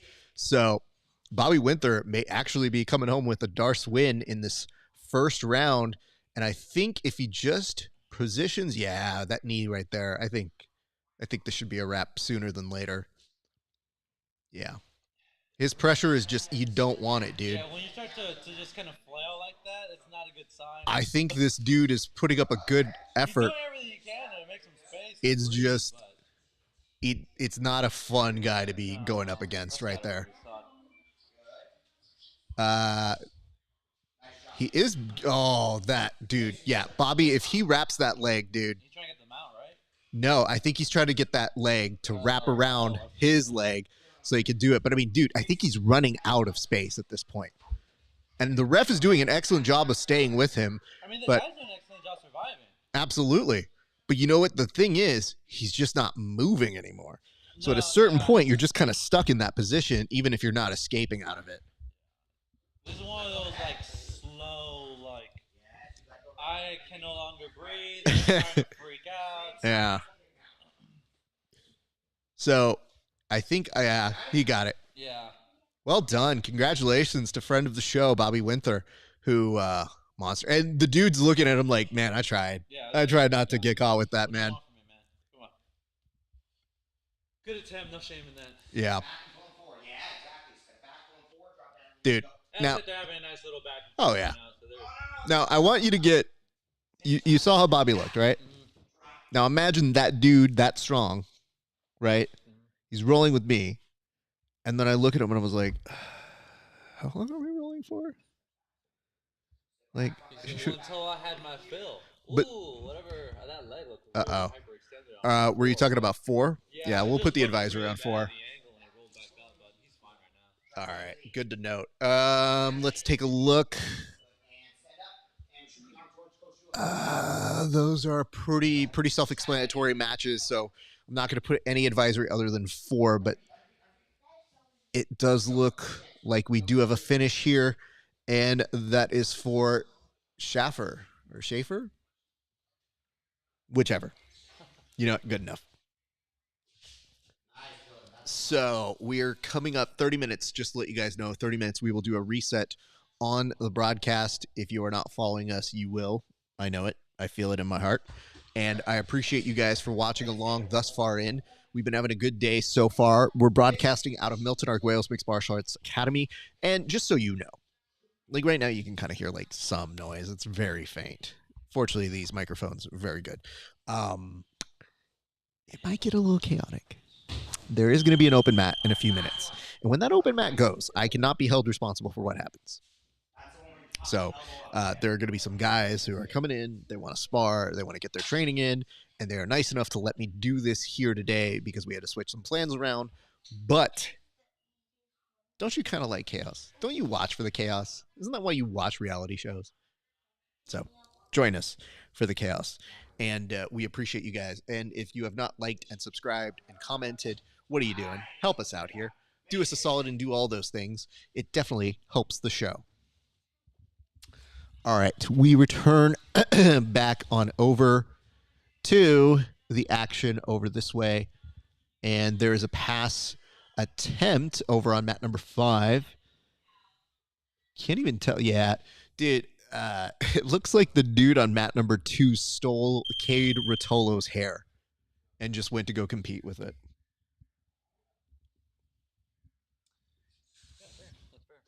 Yeah. Back take on mat number 1. Back take attempt. Not quite there, although I think he was considering maybe a twister, but instead he's going to come up on it. He has to be very careful about getting swept from that position, but they're going to reset them back on over. Meanwhile, an interesting attempt to get out of this bottom position. Now we're going to go to an advisory on mat number 4. Mat number 4, just so you guys can keep aware, it does look like we may be close on a submission here. And as he steps over, he did look like he winced slightly, but now his opponent has an opportunity to step back and they get to a neutral position. I'm going to go over to mat number 5. Looks like there may be a buggy choke attempt. Just kidding. It is gone. That time has come and gone. Wow, they actually reset a match on 2. Coming back in the center. Wow. What a concept. If there's one thing we've accomplished on this show, it's getting them to do that, Octavio. Thanks, guys, for listening. I know you guys are listening over there below, so thanks for getting your shit together. All right. Oh, nope. They're right back on mat number 8. They're literally stomping outside of the mats on the jersey carpet. All right, mat advisory 5. Mat number 5 that looks like a triangle and an arm bar at the same time. Has a heel hook or a knee bar. Ooh, good call. However, they proved dicey the first time, and guess what? On mat number 5, he did get out, but he is not out of danger just yet. Mat number 1 continues to be more trouble with the back take. There's 2 minutes left to go, but Langan has 6 points with 2 minutes left to play. Mat number 5, dude on bottom, definitely who standing who up. On 7. I think They were in the center of the match. Yeah, they got bored though. And they just stood up like the match was over. You know, sometimes you know when you pull the chance card in Monopoly, that's kind of what happened there. Stand back up, guys. All right. Meanwhile, on mat number 5, he gets to the mount position. That's going to be enough for points. So that'll be a win for what looks like, I think, McDonald, who beats the dude in the LXB gear. We should be seeing some new blood coming in on mat number 5. We'll keep you updated on who that is. Choke finish on 1. Nice. He did get the finish there? Yeah, wow. Well done. Oh, wait. Back off into the crowd again on 8. Well, hold on. Yeah. The dude on mat number 1 was also showing like, yo, I got a nosebleed though. And it's kind of like, yeah, dude, nobody cares. They're starting that dude on the with the waist grip, by the way, on mat number 8. That's a very good place to start, but that dude is excellently pushing the hands down and getting the hips out. He is not taken down yet. So yeah, he's definitely trying it. And the thing for him is he is ahead. So is that Giuliano? I think this cat is out here in California. I might be wrong. I'll have to double check this dude's stuff, but oh no, he's a finisher. Okay, Giuliano. Got it. All right. Looking elsewhere. Johnny Combs back on mat number 1. Going up against the dude who has a lot of shoulder. I'll just leave it at that. A lot of shoulder. There's an aggressive kind of guard pull here by Johnny. All right.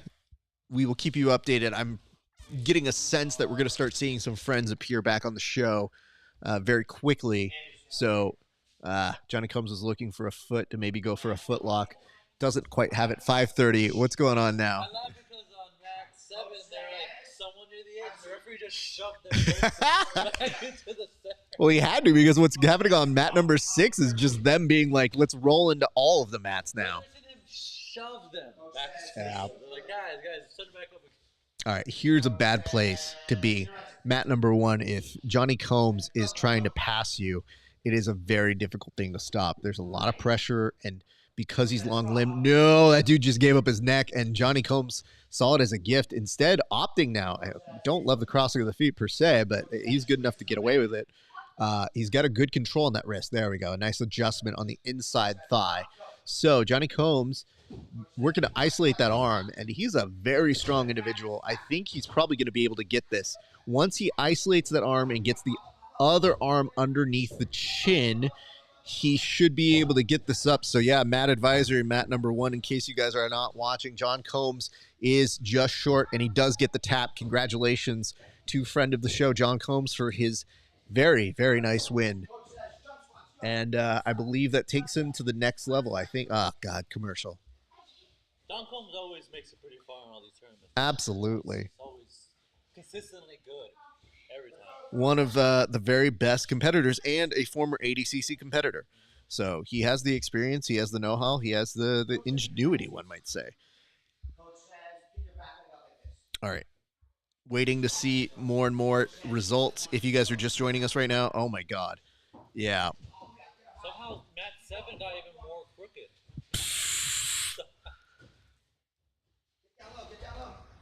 Yeah, you're right. Oh my. It's so aggressively. It's just, and no one has bothered to like fix it in this entire time. They keep handing it left and right. No, I think did they? You know what? They finally fixed it. More on the left. Would you call a leveler? A little bubble level? It does. Come on. You know, I'm starting to understand how the Leaning Tower of Pisa happened now. Apparently Flo was behind it. Apparently, Flo is behind that, indeed. The originator Flo was making it. You always wonder, you're like, how does that happen? Like, you don't do that on Oh. Yeah, they cut the. Oh. They're trying to save someone. We'll go into advisory on 5. Advisory on 5 right now, in case you guys are not on it. There was a good series of leg attacks there with the homie ref. Homie ref definitely walking these people through some attacks. Meanwhile, I think we're about to see some new folks also enter on their stages. Nick Noel is going to advance. He is on mat number 3. Nick Noel is going to advance. Meanwhile, on mat number 5, where we had just left off, there was a pass attempt. However, I do believe this gent is stuck, and the person who is attacking that leg had a split second, now may find himself in danger. And you know what? Mat 6, we need to have a discussion. How?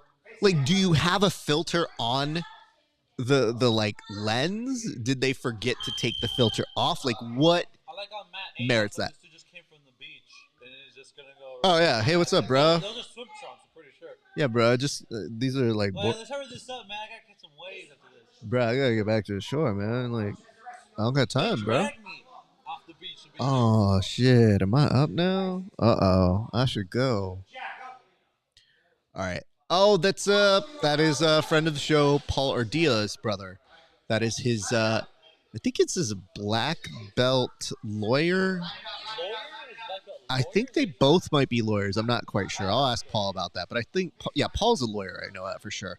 But brothers who are both very, very good at jiu-jitsu. So good to see him out there and competing out on this very fine day.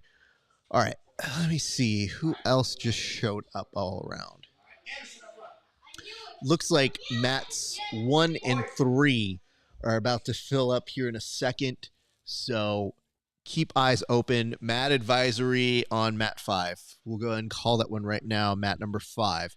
I think we're about to get a submission finish for a rear naked choke. It's gonna be on the chin, but that's yeah. submission at the end of the day. I mean, he's got time. It's 47 seconds.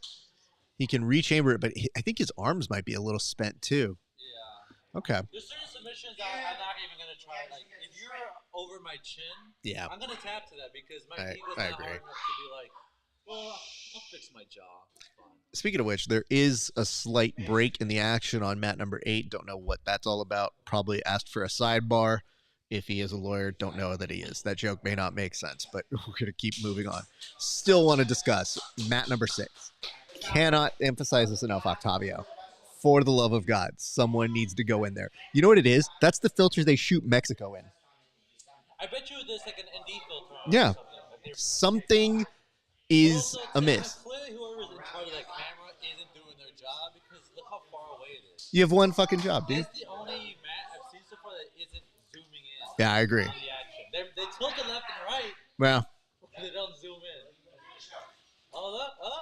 yep. Thanks, guys. Yep. Thanks. All right, Cat Dude is back on mat number 1. Catman is on number 1, but meanwhile on mat number 6, there's a solid submission attempt, if not a finish. So we're on a very, very good space there.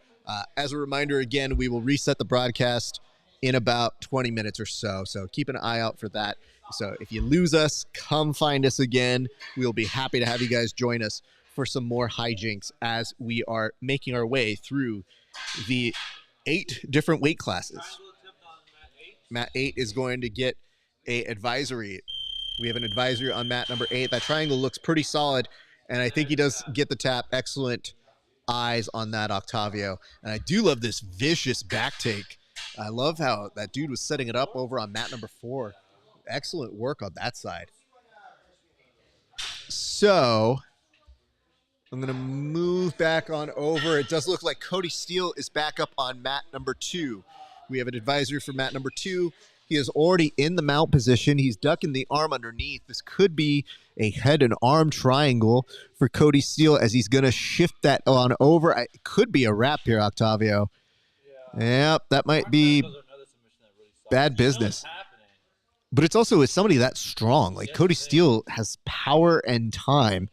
So those are two things that definitely work against you at a certain point. And I think that's Koshal is back on mat number 5. But we're going to stick with Cody Steele in the action on mat number 2.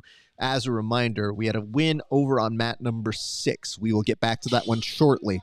But on mat number 2, Cody Steele still in the mount position.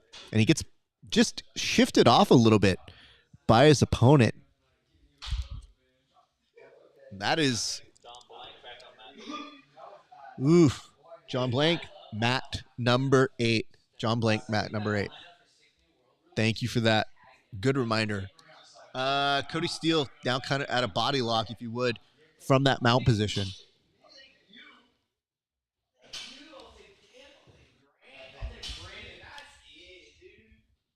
All right. We're seeing him. No. I think Cody's well firmly in this position of. Who's this? Yeah. Oh, I think it's just magic. He doesn't even give a shit, dude. Yeah, and I mean, just from the strength that he has. And Cody Steele does pick up the win on mat number 2, as does Jonathan Blank on mat number 8. That's what I'm saying. This is the 77 kg category. 25 seconds? Yeah, people are not playing, dude. And you know what's weird is you're looking at the people who are having initial success right now. And John Blank, John Combs, Bobby Winter, his win. We've seen a number of monsters who, at some point, somebody's going to start losing that you're going to be surprised. But I don't think we're quite at that moment just yet. But John Black hasn't used that much energy. No, not at all. This has been very short. Oh, yeah. They did stop the action on mat number 4. All right. Waiting for more. Mat number 6. There is a leg attempt here. However, it's going to be, I think he's doing an excellent job of getting him down. This is Reyes and Maya. So let's see what's happening over on mat number 2. I'm going to do an advisory for mat number 2 because I believe that is Chris Wojcik that is going to be on mat number 2. Ugh. The boys are getting nasty on them. Oh, boy. Hey, guys. Thank you so much for watching. My name is Rafa Sparser. You're watching The Grappling Hour. It is a blast to be giving you guys all this analysis and information. Chris Wojcik getting to work on mat number dose. Meanwhile, on mat number 1, there is a triangle that was set up. However, they reset that. It is not quite finished. A finish now just happened on mat number 7. And I would tell you the winner, but I don't know his name. And let me see here. My friend Anthony Freese is 77K. He's got a fro. Just seeing if you've watched him roll. Don't know. Is there a stream link anywhere? You guys can talk amongst yourselves. I will not be handing out or providing a stream link, but I am giving you the next best thing, which is free play-by-play commentary, so that way you don't have to buy anything. Look at this guy. Robles showing up. I didn't even know he was going to be pulling through. Yeah, Eric Robles. I know, man. It's been a minute. And Chris Wojcik just picking up a win right now. Congratulations on over to him. That's some good shit right now. All right. So, looking over on this side. Ooh, are we looking at mat 8? Yeah, I saw that too. That was a real nice entry into that. It's a beautiful entry, so I'm going to put it advisory right now on mat number 8. That looks like a strong enough position to be getting a footlock. Let's wait to see if he's able to fish it out. Go ahead and sit down. And hold on, I'll introduce you in a moment. We're just getting into the sequence, and I think he might lose it, Octavio. Really? Yeah, I think he's going to end up losing this. I never feel good when the person that's in 50-50 is just trying to hold on to the other person. Yeah. That doesn't usually say they're going to win the exchange. We have a note here that says, did Nicky Ryan have a match yet? Yes, he did. He had 2, right? He had 2, and he won them both. He did win them both. Ladies and gentlemen, I am happy to introduce a friend of the show. He has recently opened up a gym with a couple of his friends, and I believe it is Misfits BJJ. I'm happy to have one of the folks responsible for that. Good friend of the show, Eric Robles. How are you doing, sir? Thank you, sir. Thank you. Good to see you, man. I'm happy you made it, bro. Oh, look at this guy. Always happy to be here. Hey, first off, talk to me about the gym, man. How's everything going on that? Good. I mean, I think it's when everyone starts off jiu-jitsu, everyone, the first thing they want to do or the goal is to get a blue belt. After that, you're like, oh, fuck, I'm getting a black belt. And then once you get a black belt, you just automatically assume, I want to be a gym owner one day. And then you get it, and then you're like, oh, this is this is work. Okay. So what is the worst part about being a gym owner? I think dealing with the social media. I'm not a big social media guy. I'm really not. I mean, I'll go on it, double tap the girls that show off the chest and everything. Sure. I mean, going on camera and doing all this is a little, I mean, it is, impersonal. but the nice part about it is Catman's back up again. Oh, no, Catman just scratched this dude's eye. What a surprise. Okay, I will tell you, being in front of the camera, I know, is an adjustment sometimes. But the problem is when you're the business, you're the franchise. Yeah. It comes with you have to Yeah. do it. And it's just, Catman's in on a guillotine here. Deep. I think. Oh, no. I think he's it's getting solid. past. That's a street cat. You got to be careful. This is a Street feral. cat. Get out of here. This dude. Oh, he's giving the thumbs up. He's giving the thumbs up to let him know he's okay. The choke's a little bit up. He has his rabies shots. That arm. Oh. Okay. Hold up. So much delay than the Immediate disqualification here for this. You can't do this and then this. And you know what? That was really bad. It's Oh, just, good. And then you tap. you got to pick one, my friends. I got a couple notes here that I'm just going to quickly address. The first one was Nicky Ryan, and that was Jordan. And he said 2 quick subs under 2 minutes. And it says, wow, hope he wins the division tomorrow. I mean, a safe bet would be him.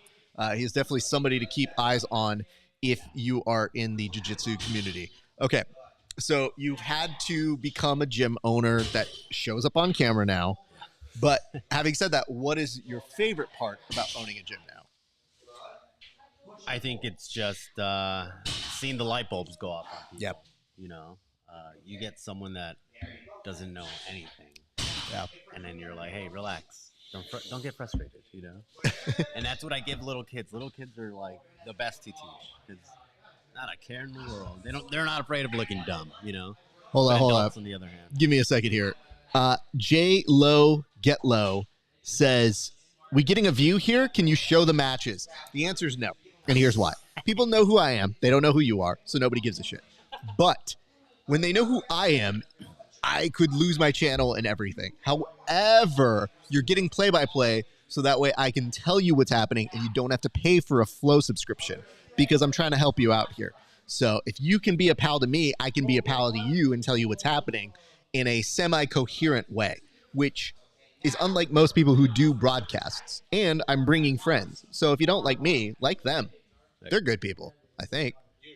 I mean, I can't promise you they're all good people. Depends on This one's all right, though. So anyway, thank you very much for that, J-Lo Get Low. If you're still here, you might have already vominosed because you were like, nobody's going to show this stuff because I'm poor. By the way, how do I still not have that GIF ready to go? Every time somebody does this, we always do the like, help me, I'm poor, like meme that we want to put up. I've been meaning to make that GIF a real thing. Octavio, do we have anybody that's come up of note from our friend group? Jonathan Satava, let's go with that. Jonathan Satava on mat number 7. And too late, he just won. Jonathan Satava. You know what? I didn't either, but he won by savagery. We'll just say that. It was a redhead too. Yeah.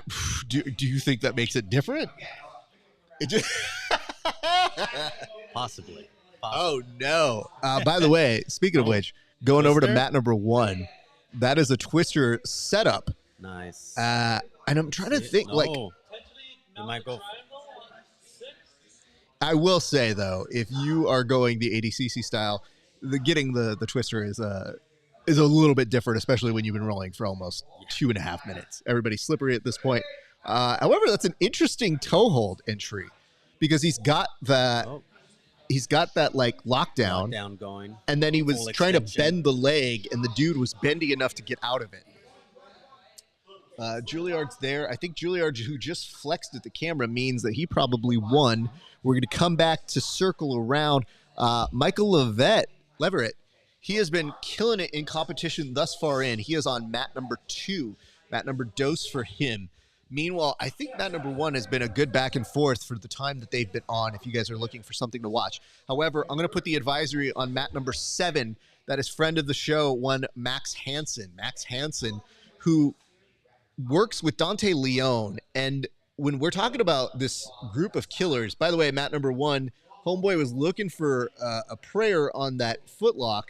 Doesn't have it. As you can see, he's just short on it. But yes, Dante Leone, the very, very fun and nice teacher for Max Hansen, up against Vieira. And I think he just took a foot to the face, and as a result, now he's going to get real vicious. I think what you should know about Max Hansen is he is a double champ for the Midwest finishers and defended both belts on one of the last tournaments they had. So literally, imagine that being like, yeah, I'm the champ of 2 different divisions for weight classes. Yeah, I'll just defend it twice. Defending it, that's the it's money, dude. part. I'm incredibly jealous. And I think when I asked him, I was joking. I was like, yo, what are the plans for you to get a 3rd belt? He's like, oh, they're underway. And I go, oh my God, this dude won't stop. By the way, we have a back take with a rear naked choke. It's decent, not quite there on mat number 4. And I love this. Getting it in the camera on mat number 2, Octavio. Right there. I wanted to almost say that was Brandon McCatherine. And there may be functionality, a finish over on mat number 1. For a split second, you could see the greener pastures of a rear naked choke. I thought it was BMAC, but I can't even tell at this point. Oh, you know what, though? Because Michael, I think that dude is one of the PGF guys, so I think he is going. It is always interesting to see when people do the commentary and go coach, because I have only done it once, and I had to split between the 2, and I didn't love splitting the time. Because it makes sense. It's, I've always tried to be like, I'll never do it. And then I had like one of my people in my inner circle be like, yeah, I want you to coach me. And I go, but I'm commentating. They're like, but you're my friend. And I go, oh. So back to this, no points on mat number 1. On mat number 2, Still a little bit of a back and forth. And again, I'll remind you guys, it is going to get a little bit loud here. Open mat is actually about to start. So these gentlemen are about to start punching each other. So, Eric, you may... Like right now. No, I see kids. So I have an undefeated record against women and children. And, I'm so glad that that's what you're going with right now, is that function out. You know what's weird? For whatever reason, is that camera out? Yeah, it says Okay, all good. Undefeated against women and children. I mean, I can vouch for the children. I've seen you go up against children, but not women. So there is that. I'm looking to see over this way if anybody has finished. Oh, dude, you know what the best part is? Homeboy over here got to that moment where he was trying to grab a leg that wasn't there, but he's so tired, he's just like, is this there? I'm so tired, man. I don't even know. yeah, that's just good habits. Hey, listen, we've all been there at some point. At some point, just hoping for something. I have rolled with you for hours on end, and then somehow you get to the very end of it, you just go, "Did I get this? Oh shit!" Throw that leg over. You're hoping. You just take a moment where you go, There's "All an right." arm bar here, right? Where? Oh. Where are you looking? Are you looking at mat 1 for the armbar, or where were you looking at? No. It's on our rolls. I was like, Where well, you just limplessly throw a leg over, and you're like, I think there's one in there. I mean, we've definitely we've had moments where I think I've been like, how long have we been here? Feels like 2 days. That was the hip switch by Nicky Ryan a little bit earlier. So there is that. AJ Augusarm, no, I mean, he was in danger, but that cat, Sheffer, has attacked the legs before. If I remember, he serves me right, he was definitely doing a good job. So AJ's biggest attribute, one might say, is his defense. So it is going to be interesting to see how that plays off. Max Hansen in his match on mat number 7 is ahead by 2 points. We'll see if he's able to maintain that. All right, a nice little peek through on that knee. He's trying to hip switch. Now, oh shit, he might get a better gift here in the back. Meanwhile, Grant over on mat number 1, looking to attack the leg here. Max Hansen, I think this is a very good position for him to be in. And this is Real Benetti on mat number 4, right? Real Benetti. I don't know if it, I think, yeah, Real Benetti. All right. Yeah. Oh, God. Jersey carpet is happening. And there is a tap right there. Oh, unfortunately. Yeah, unfortunately, Leverett is out now. But he had a very, very fun showing today. Props to him. Okay. So I'll ask this to you. We're going to get back to the action here. But did you have any favorites that you wanted to see win today? To be honest with you, it's just, I guess you're just always rooting for the B team. You just kind of those are your guys? I mean, you bet on the winning pony, you know? Like at least one of them. It's very just one of them. One of them. I like that you took the blind bet that's just like, somebody. Hopefully. Take money. I put my money on the white boy. Like which one? The good one. I will remind which, by the way, a little bit earlier, it was something like, oh God, I'll have to pull up the clip. But I was ordering food and it was like no white sauce or whatever. And I forget what it was, but I just looked at it and I go, I don't think you can say that. Like Postmates, I don't think you can make me. Oh no, that's terrible. Max Hansen is going to win by points. Congratulations to him. Grant and Nazim is looking like it is going to be a point in overtime. And AJ Augusarm, you know, he's having interesting exchanges. They're like in that 50-50 for a good while. He is. And I feel like these are the moments that actually, ooh, Hindulatine. All right. Let's put an advisory on mat number 4. Mat number 4 for another Hindulatine. Oh, that triangle? Oh, why not? Boring. All right, Augusarm and Schaefer are going to get repositioned back. We're going to give a shout out to friend of the show. I think Bobby Winther is going to be on mat number 1. So if you guys are watching along, friend of the show, Bobby Winther going mat number 1. We have an advisory for that because he's the homie. And let's see who he's going up against here in a second. I recognize this down on Vistra. Okay. That should be a very good match. Bobby Winter, just a beast, dude. If you've ever had the chance to just watch this dude roll, he's down with the guys like J Flow, Anthony is it Anthony Bradley? Adam Bradley. I was like, wait, I'm getting it wrong.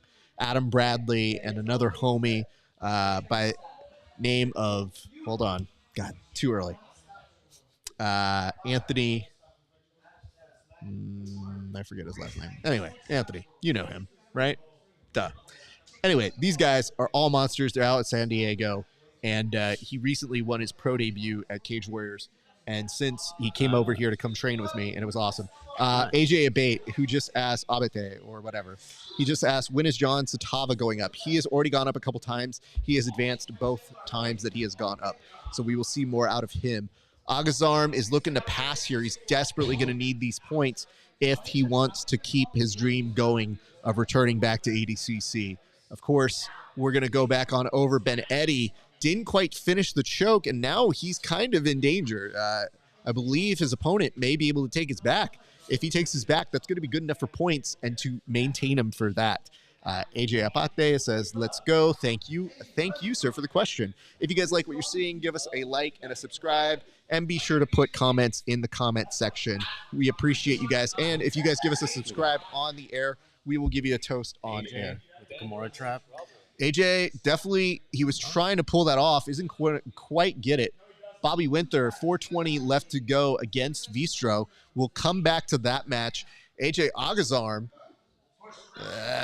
you can see the tramp stamp on AJ Agazarm as it's coming through. Ben Eddy has his back taken, so his opponent Lee has points now on the board against him. So keep an eye out for that. I think it is. So we're going to go back that way. That choke. Yeah, he's doing a good job of fighting it off, but his opponent now has a good strangle here. I think that might be a nip. Yeah. Wow. Well done. And his opponent, very excited. I mean, he was definitely the underdog on that one, probably. And Ben Eddy is a former combat jiu-jitsu champion, correct? Or is it EBI? I thought he won one individually as well. I thought he had like an EBI. No, hold on. He's won like super fights and shit like that. Okay. Copy that. All right. So Bobby Winter and Vistro are going to come up on points here in a second. Meanwhile, you've got AJ Agazarm and Schaefer. They are likely going to go to some overtime as well. So just to keep you guys updated on all of these things. And it looks like these might be the last of this. So maybe we'll stay with this and then we'll do the reset on the broadcast. Yep, I think they're going to take a short break to break up where they leave off. So once we get to here, they go to overtime. And then I think we're about to hit the 88 kg category after these gentlemen finish up these last matches. That'll tell us who's going to be competing tomorrow. So let me just double check. Round of 64. I think that's it. That might be one of the last ones. And you know what? Dude, props to this dude who's going up. Schaefer trying to get the takedown on AJ Agazarm, but is getting flattened out. Now in danger of getting past with those points. Speaking of points, I think Bobby Winter may be coming up on some himself. His opponent trying to keep a guillotine, and that is going to secure, I think, a pass for Bobby as he may be looking to take the back. His opponent is trying to just wiggle out of that. And speaking from experience, not very fun. His pressure, no bueno, and that's going to be good enough. I mean, so you that's said Cage Warriors, so MMA guy? Cage Warriors MMA. Jiu-Jitsu MMA, different. It's just different. It is, dude. And just the pressure he puts on, man. Yeah. It's some of the better ones. And he is on a rear naked choke. Well hey! done. Congratulations, Beautiful. Bobby. What a beast. Looks like AJ also got the win. And AJ is going to win by points? Overtime. No, wait, hold on. I think he got some kind of submission. Get the fuck out of here. I didn't see what it was either. I looked up. It probably, I think it was a choke, most likely. Wow. He had the back. And congratulations to AJ Agazarm for getting his first submission in over 5 years. Can't prove that. And the homie ref was all about him again. There you go. All right. Well, oh, look at that. Bobby's super excited. Good for him. Super happy for that guy. And he's a sweetheart of a human being, like an actually nice, good person. So I think this will be the last match, and then we're going to take a short break, but we're going to come back. When we come back here, I want you guys, same business as usual. We're going to have more chats. Eric's here. Octavio's here. We're going to have open mat going on in the background. Chaos, cats and dogs everywhere. But we're almost 4 minutes out before we reset. So 4 minutes out, we do a reset, and then we will be back for business. But since we're going to close this one out pretty soon, I want you to tell, look at that. No, look at that one. Look at that one. Tell the people where they're supposed to go if they're looking for jiu-jitsu. All right. And they don't want to take my class. Yeah. Like, that's the only thing, the only downside is I'm like, oh, I don't own this place. So let's go ahead and plug yours. Like, there you it's go. your business. Misfits Club, BJJ, at Instagram. We're out in Tahunga, Foothill area. Definitely check us out, Crescenta Valley.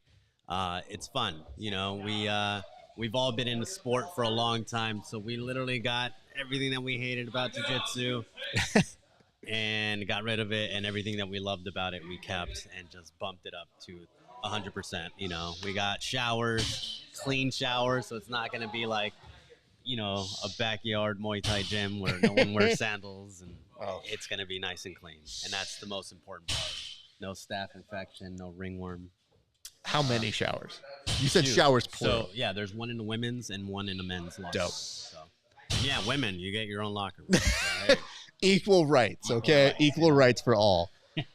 I think, yep, they're still kind of dancing around here. I think we're going to see them probably go to time. But of course, you're going to be here for the action. I'm glad you're able to make it because legitimately, I haven't been able to make it to your gym yet, and I want to come visit. But it's on my to-do list, and I had a moment where I go, oh, if I can't make it, I want him to come to us while we're going to do this because we have a full day of BJJ-ness and friends joining us all throughout the day. East Coast, man. You got to support. Have you thought about doing trials? Have you ever considered doing it? To be honest with you, I would have to probably take some time from not teaching and just be a little selfish and hit the gym, hit the Mexican supplements. The Mexican supplements? I'm getting 30 now. Wow. And now, Oh my God. 30? What are you going to do now? I'm 34 now. I was so like- after 30, you're like, oh, okay, I could see why all these baseball stars are. I like that you're the person that's like, wow, you know what? You're right. You're right. You're right, Sammy Sosa. You're right. You know what? Mark McGuire. You're right, Mark I get McGuire. I see where you're coming from. I kid. No, I totally get it. And I want to say this dude should be in on this finish, but I get the sense he might be here for a while. Last minute 27. I'm going to do a quick little thing.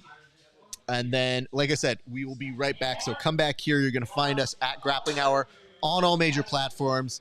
Well, we're not on Instagram today. We're not doing the broadcast on Instagram. We're doing it on Facebook, YouTube, Twitch, and Twitter. Those are the 4 places you could catch us at Grappling Hour. And be sure, take a little break, a little siesta, and then come straight back here. We're going to be here all day. We still have the 88. Was this, wait, 77. This is 88, 99, 99 plus. All 3 women's divisions. Oh, man. Yeah, we're going to be here. Hey! All right. That's going to do it for us right now.